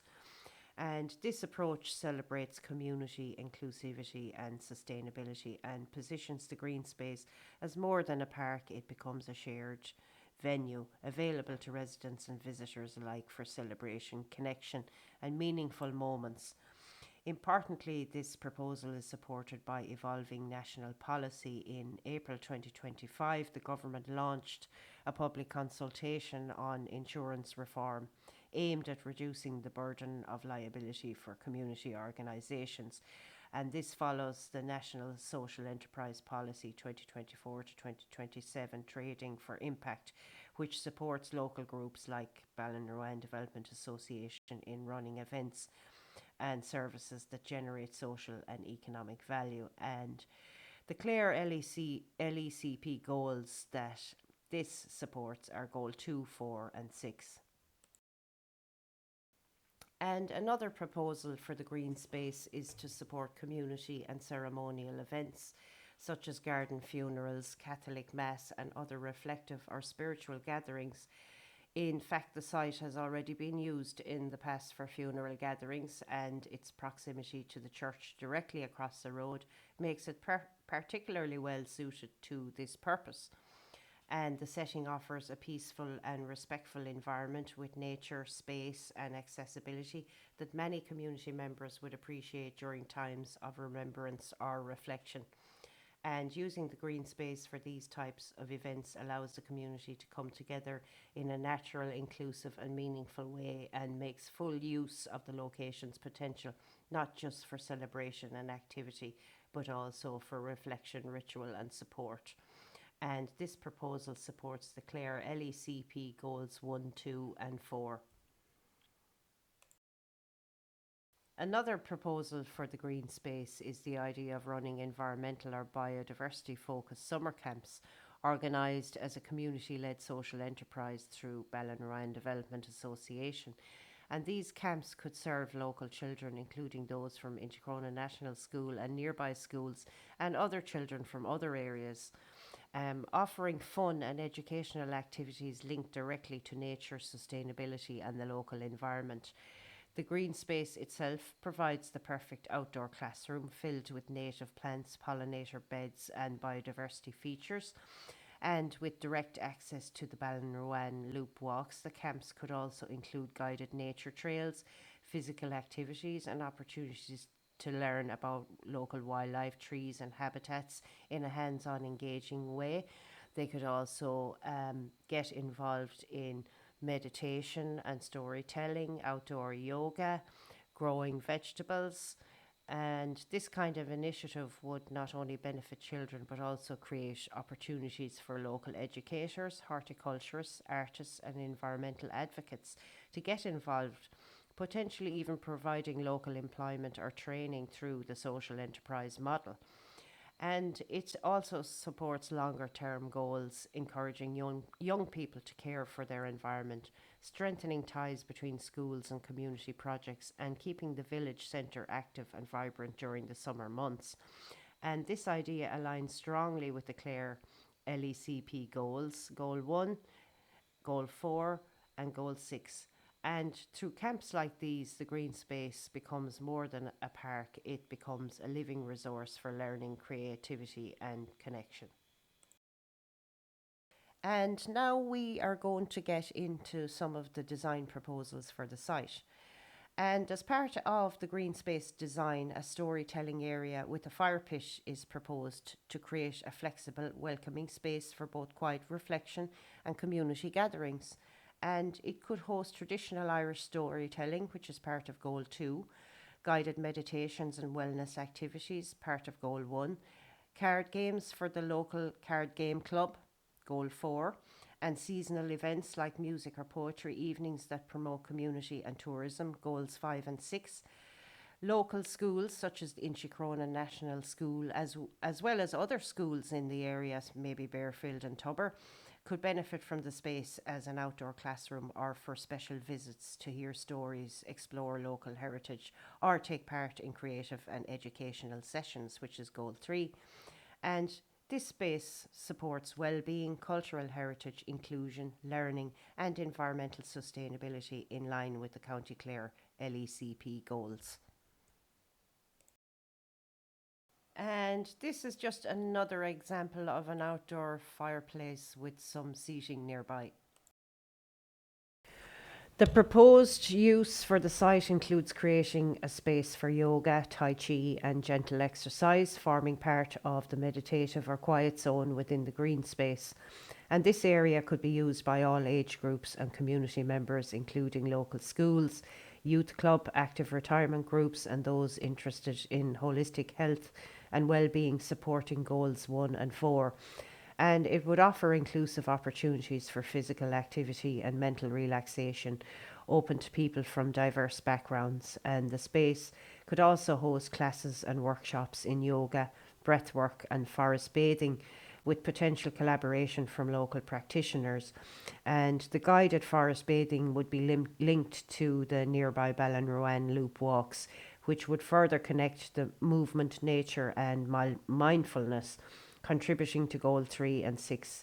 And overall, this feature aligns with County Clare's LECP by supporting well-being, social inclusion, lifelong learning, environmental awareness, and community-based tourism. And another proposal for the green space is the creation of a small labyrinth inspired by the design at St Finbarr's Cathedral in Cork. Intended as part of the quiet zone alongside the fire pit and yoga area, the labyrinth would offer a calm, reflective space for gentle movement, mindfulness, or prayer.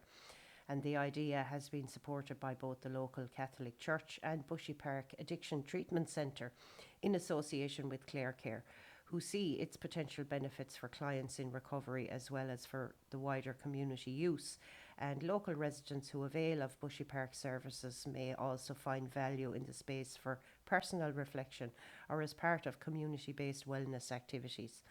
And the labyrinth supports emotional well-being, inclusion, spiritual and cultural reflection, and gentle engagement with nature, aligning with County Clare LECP goals 1, 2, 4 and 6.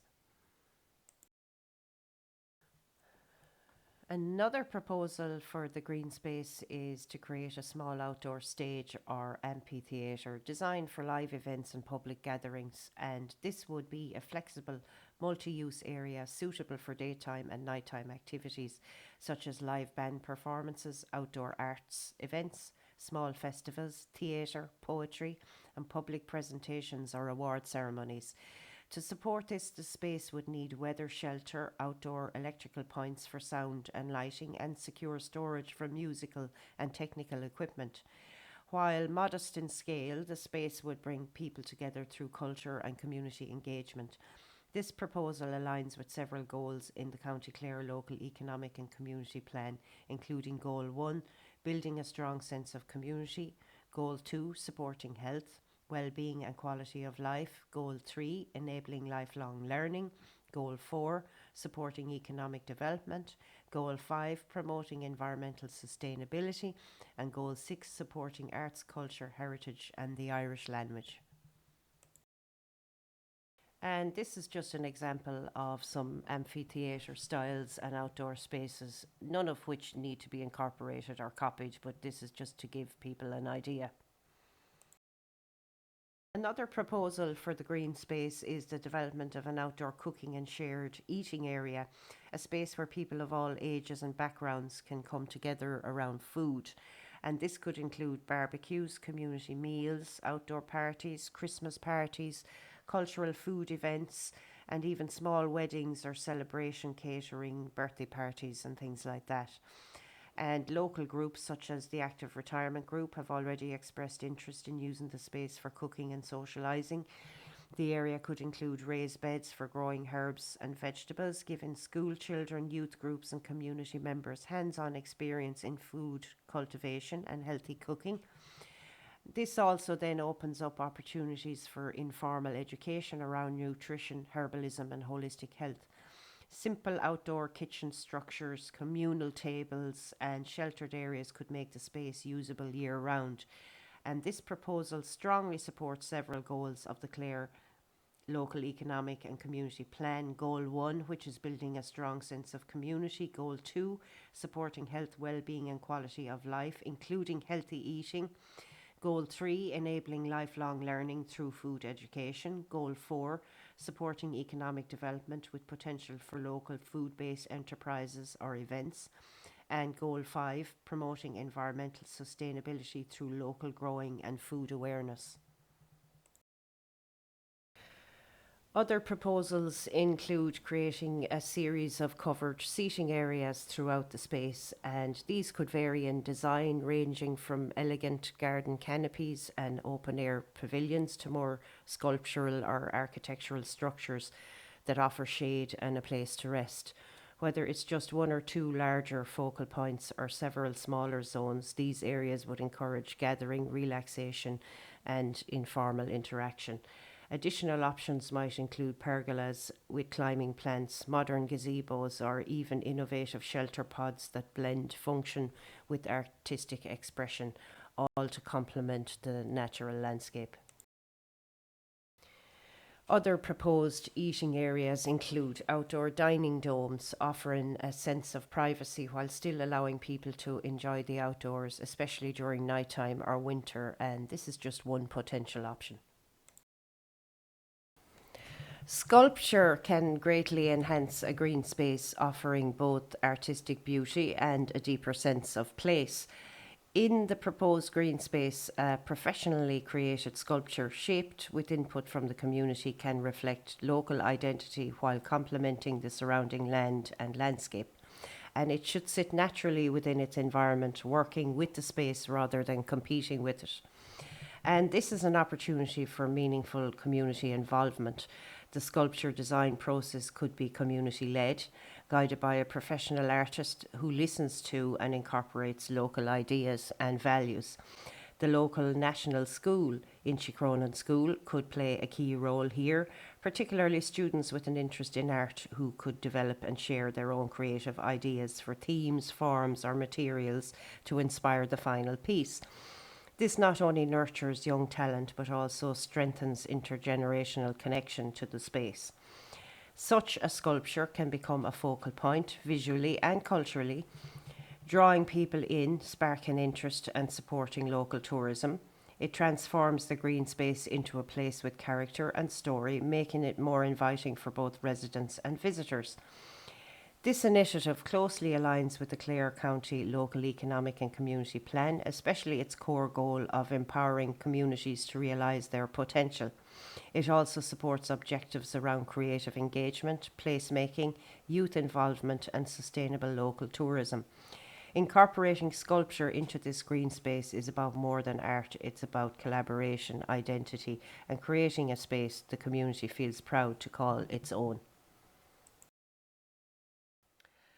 The proposed green space could also become home to a community led mural project developed in collaboration with mural artist Marcus Valbomer, a German born artist now living in Doonbeg. His recent Escaping Cow mural has attracted wide attention, appearing in Agriland and the Clare Champion just a few weeks ago. And Marcus has expressed an interest in working with the local national school, and this could form part of a residency led by Clare Arts Office. In this model, students, especially those with a passion for art, would help shape the mural's design, sharing ideas and sketches that reflect their connection to the local environment. Importantly, as well, feedback from the community has highlighted that any mural should complement the garden and natural landscape. A mural based on local features like the fields, lake, wildflowers, farm animals, and biodiversity would blend into the surroundings while celebrating the area's natural beauty. This project aligns with several key goals of the Clare County LECP, particularly Goal 4, which is supporting arts and cultural opportunities through community engagement. Goal 1, promoting inclusive creative participation among young people. Goal 3, enhancing local identity and tourism. And Goal 5, respecting the environment and fostering biodiversity through art. By combining professional artistry with school and community involvement, this mural could become a meaningful place-based artwork, one that both reflects and enriches the local area. One of the key priorities identified by the local Ballinruan community during the recent public meeting is the need to enhance physical development and village image. And this includes creating a green space that is not only functional but also attractive, welcoming, and vibrant, a place that encourages people to visit, to stay, and perhaps even to settle in the area. Improving the look and feel of the village contributes directly to community pride, boosts tourism, supports local activity, and fosters a stronger sense of identity. A well-designed village centre invites connection between neighbours, visitors, and generations. As part of this, the proposal also includes the addition of parking spaces, including dedicated wheelchair accessible parking, located directly beside the new garden. This ensures easy, inclusive access for all, especially those with limited mobility, families with young children, and older visitors. Accessible, convenient parking supports community events, encourages use of the green space, and enhances the village's overall functionality.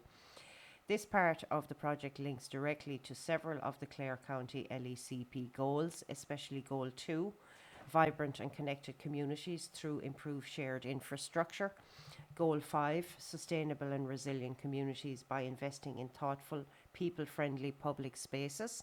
And Goal 1, healthy and inclusive communities, ensuring access and participation for all members of the community. So by improving access, appearance and usability, this element of the project supports long-term well-being, economic growth and community vitality in Ballinruan. Another key proposal for the green space is the addition of a ball wall, and this is a simple yet effective structure used for practicing hurling and other ball skills, and this facility would be of great benefit to the youth of Ballinruan, many of whom are active members of Crusheen GAA Club. The wall would also be a valuable resource for Inchikrona National School, supporting physical education and encouraging students to develop coordination, strength and a love of sport through regular play and practice. Crusheen GAA would benefit from the wall as well, particularly during training sessions or events held in Ballinruan, adding a practical community-based space for skill development. A ball wall promotes fitness, teamwork and mental well-being, offering a safe, inclusive space for youth activity all year around. And the proposal directly supports several goals within the Clare County Local Economic and Community Plan.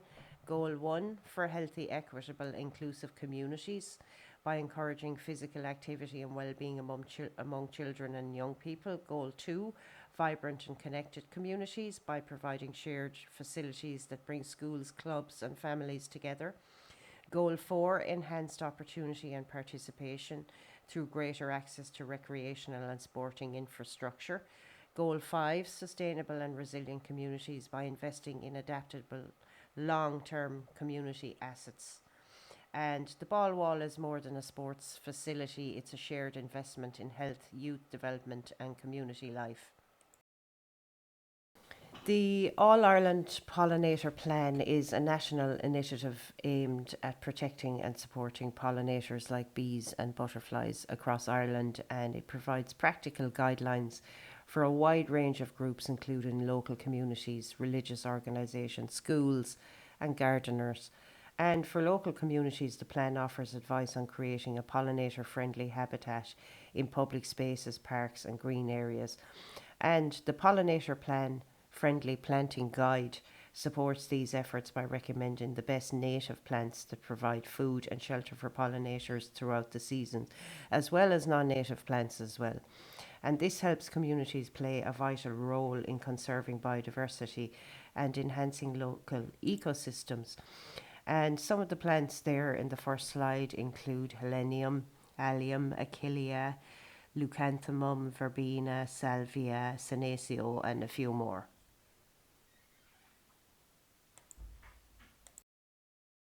And a few more examples include Hydrangea paniculata, Echinacea, some ponytail grasses, Agastache, and hellebores. And also some Russian sage and Calamagrostis grasses.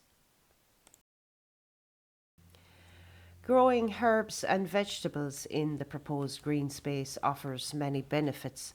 Herbs could be planted in a decorative type herb parterre, which would make the garden look very attractive, and this would create a demonstration space ideal for cooking courses or teaching about herbs and herbology and plant medicine. And vegetable beds could be designed as low maintenance raised beds made from ornamental concrete, which would be durable, attractive, and require minimal upkeep. And this hands on demonstration space would allow local schools to engage with nature and learn about planting, seed growing, and the life cycle of plants. Even when not fully planted, the concrete beds keep the area neat and visually appealing. Active Retirement Group also has an interest in cooking courses that could use fresh produce from the garden, strengthening community ties through food and learning. And beyond education and community, herbs and vegetables support biodiversity and pollinators, linking directly to Clare County's LECP, including Goal 1, Goal 2, and Goal 4. And designed thoughtfully as a demonstration space, these gardens can be both beautiful and practical, enhancing the green space's appeal while fostering community health and environmental care. And Irish seed savers are also available to supply heirloom varieties of beans and brassicas, celery, chard, corn, cucumber, flax, grains, lettuce, herbs, flowers, and many other varieties as well. And including edible flowers alongside herbs and vegetables in the proposed green space adds a visually attractive and versatile element to the area. And many edible flowers not only enhance the beauty of a space but also provide unique flavours and can offer medicinal benefits. And they present an appealing and creative option to complement the cultivation of herbs and vegetables, enriching the gardening experience and promoting biodiversity, and great for cooking and enhancing a dish. A pond or water feature is another proposal for the green space, and this offers a range of ecological, practical, and aesthetic benefits. And from a biodiversity perspective, ponds create vital habitats for many species, especially invertebrates such as dragonflies, damselflies, water beetles, freshwater snails, and pond skaters. And these creatures form an essential part of the local food web and help support birds, amphibians, and other wildlife. And in Ireland, species such as the smooth newt, the common frog, and bats, which feed on emerging insects, can benefit from such habitats. And ponds also provide refuge for aquatic plants like water mint, marsh marigold, and yellow flag iris, which in turn shelter and feed numerous pollinators. Ponds also contribute to rainwater harvesting and flood mitigation by collecting and storing runoff during heavy rains. And this natural water management helps reduce soil erosion and controls excess water flow, making the site more resilient to changing weather patterns. And beyond their ecological role, ponds also provide a tranquil and peaceful focal point for visitors. And the calming presence of water enhances the overall aesthetic appeal, inviting quiet reflection and relaxation, particularly for autistic children. And water features also encourage engagement with nature, especially for children and families exploring the garden.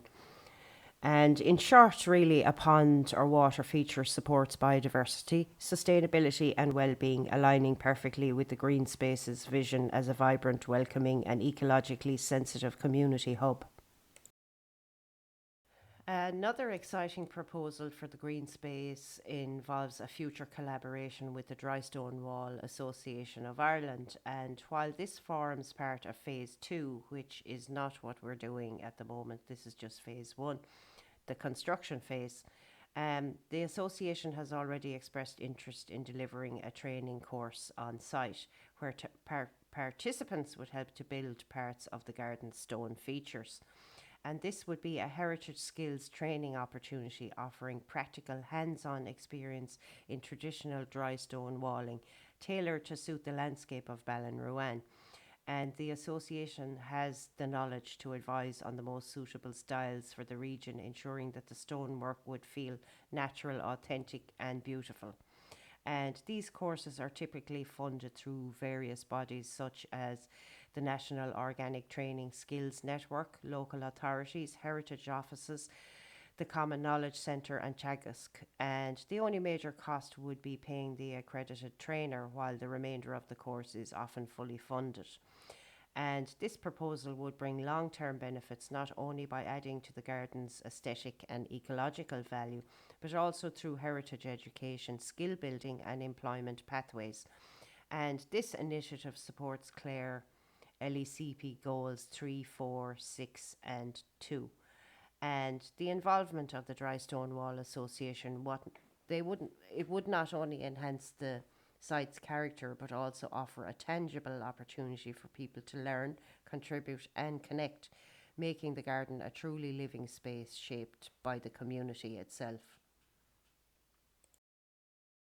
Birdwatch Ireland offers free practical plans for building nest boxes for garden birds, barn owls, bats, and swifts, all of which could be used in the proposed green space to enhance local biodiversity. And these are simple structures that require minimal care but offer long term benefits for wildlife. And they also create an opportunity to design a hands on course that combines environmental education with traditional woodcraft, teaching people how to build the boxes while also learning about the needs and conservation of these native species. And this could involve a wide range of participants, whether it's national and secondary school students, active retirement groups, the local farmers, Tidy Towns volunteers, men's sheds, and individuals with an interest in nature, sustainability, or manual skills. And it's inclusive, intergenerational, and community led. And the project would directly support several goals of the County Clare LECP, which actually all six of the goals, by promoting well-being and connection through hands-on outdoor learning, through skill building in both ecology and craft, by encouraging sustainable local practices and community-led action, by fostering vibrant community engagement across all ages, by directly supporting biodiversity, habitat creation, and climate awareness, and by uniting schools, farmers, retirees, and volunteers in a shared goal. A common question is, how will a space such as this be maintained? And the answer is in smart, low maintenance design choices from the very beginning. For example, resin bound pathways can be used, and these are durable, attractive, and weed resistant, making them easy to keep clean. And seating tables and features can be constructed from coloured concrete, which doesn't require painting or regular upkeep like wood does. And these materials are long lasting, visually appealing, and reduce the need for ongoing repairs. In planting, we can choose ground cover plants that naturally suppress weeds, helping the garden maintain itself over time. And all of these choices contribute to a space that is both beautiful and practical, designed to last with minimal maintenance. The design approach is to minimise maintenance through smart planning, using long lasting materials, low upkeep plants, and good layout decisions from the start. For example, many plants from the All Ireland Pollinator Plan, especially grasses and herbaceous perennials, are not only great for biodiversity and pollinators, but also relatively low maintenance in the sense that they really fill out a flower bed, and on average, herbaceous perennial beds require weeding only 4 times a year. When planted in raised beds, this work even becomes easier because the beds contain the plants and they also improve access as well and reduce weed spread. And beyond planting and design, community involvement is key, and groups such as Tidy Towns, Active Retirement, and local volunteers may be interested in contributing to the upkeep. Inchikrona National School could use the space for outdoor learning and help with light gardening tasks as part of environmental education. And in addition, the LCETB has already expressed interest in potentially offering horticultural training on site. And these educational courses naturally contribute to maintenance. Participants would learn by doing through pruning, weeding, and seasonal care. In fact, working directly with herbaceous perennials is one of the best ways to learn how to manage them effectively. And this can apply to many other types of educational programs as well, whether it is growing food for cooking that requires working directly with plants as well and keeping beds organised and tidy. And together, these strategies ensure the space remains healthy, vibrant, and manageable, and supported by good design and a shared sense of stewardship. And this photo is just an example of the type of raised bed being proposed for planting, which is visually appealing, and it also makes garden maintenance much easier and more accessible, while also serving as a dual purpose. The edges can actually be designed to double as informal seating, and that would be especially useful during busy periods or when more places to sit are needed. And a proposal from Ballinruan Development Association is to invite Inchikrona National School to come up with the name for the proposed green space.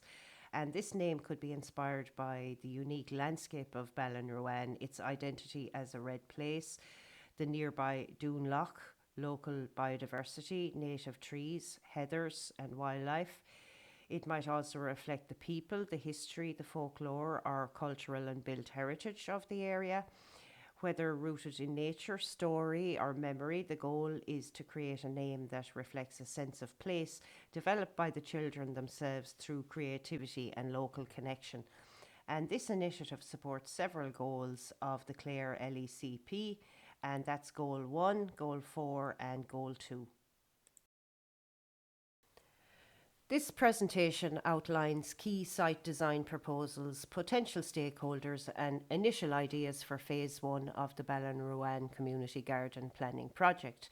And while it highlights aspects of the 6 goals from the County Clare LECP, it does not represent the final or exact future outcome. These are just proposed ideas, and not all projects presented here will necessarily move forward. Some stakeholders have shown interest in participating in Phase 3, others are consulting with their boards, and many are observing the project's progress before making decisions. And the local stakeholders mentioned have a long-standing active history of collaboration with Ballinruan Development Association, having worked together on numerous projects within the community centre and the site over many years, including connections with the loop walks. And as the project evolves, additional stakeholders and partnerships are expected to emerge, expanding future opportunities. And I just wanted to say just a little bit about the scarcity mindset. So maybe I'm delving into psychology a little bit here, but It's about placemaking and positive investment mindset. And in the field of placemaking, there's a powerful insight. Money is not the problem, mindset is. As outlined in What If We Built Our Cities Around Places, and that also applies to villages or anywhere. And when a community truly values a project, the focus shifts from what will it cost to what will it bring. And this proposed green space is about much more than one installation. It's about creating a vibrant, welcoming village centre that grows with the community. And while it may be ambitious, it's also adaptable with the flexibility to be delivered in phases, from core infrastructure to sculptures, murals, tree planting, play, and sport facilities. And by building momentum one step at a time and staying focused on long term community value, health, connection, identity, tourism, and pride, we help shift away from a scarcity mindset where fear of cost holds us back and move towards a possibility mindset where we invest in what matters.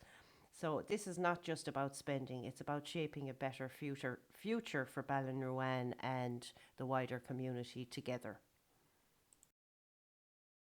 Thank you for taking the time to engage with this lengthy presentation, and a public survey will be circulated to gather input on the future direction of the proposed green space. And based on this feedback, a landscape design will be developed as part of phase one.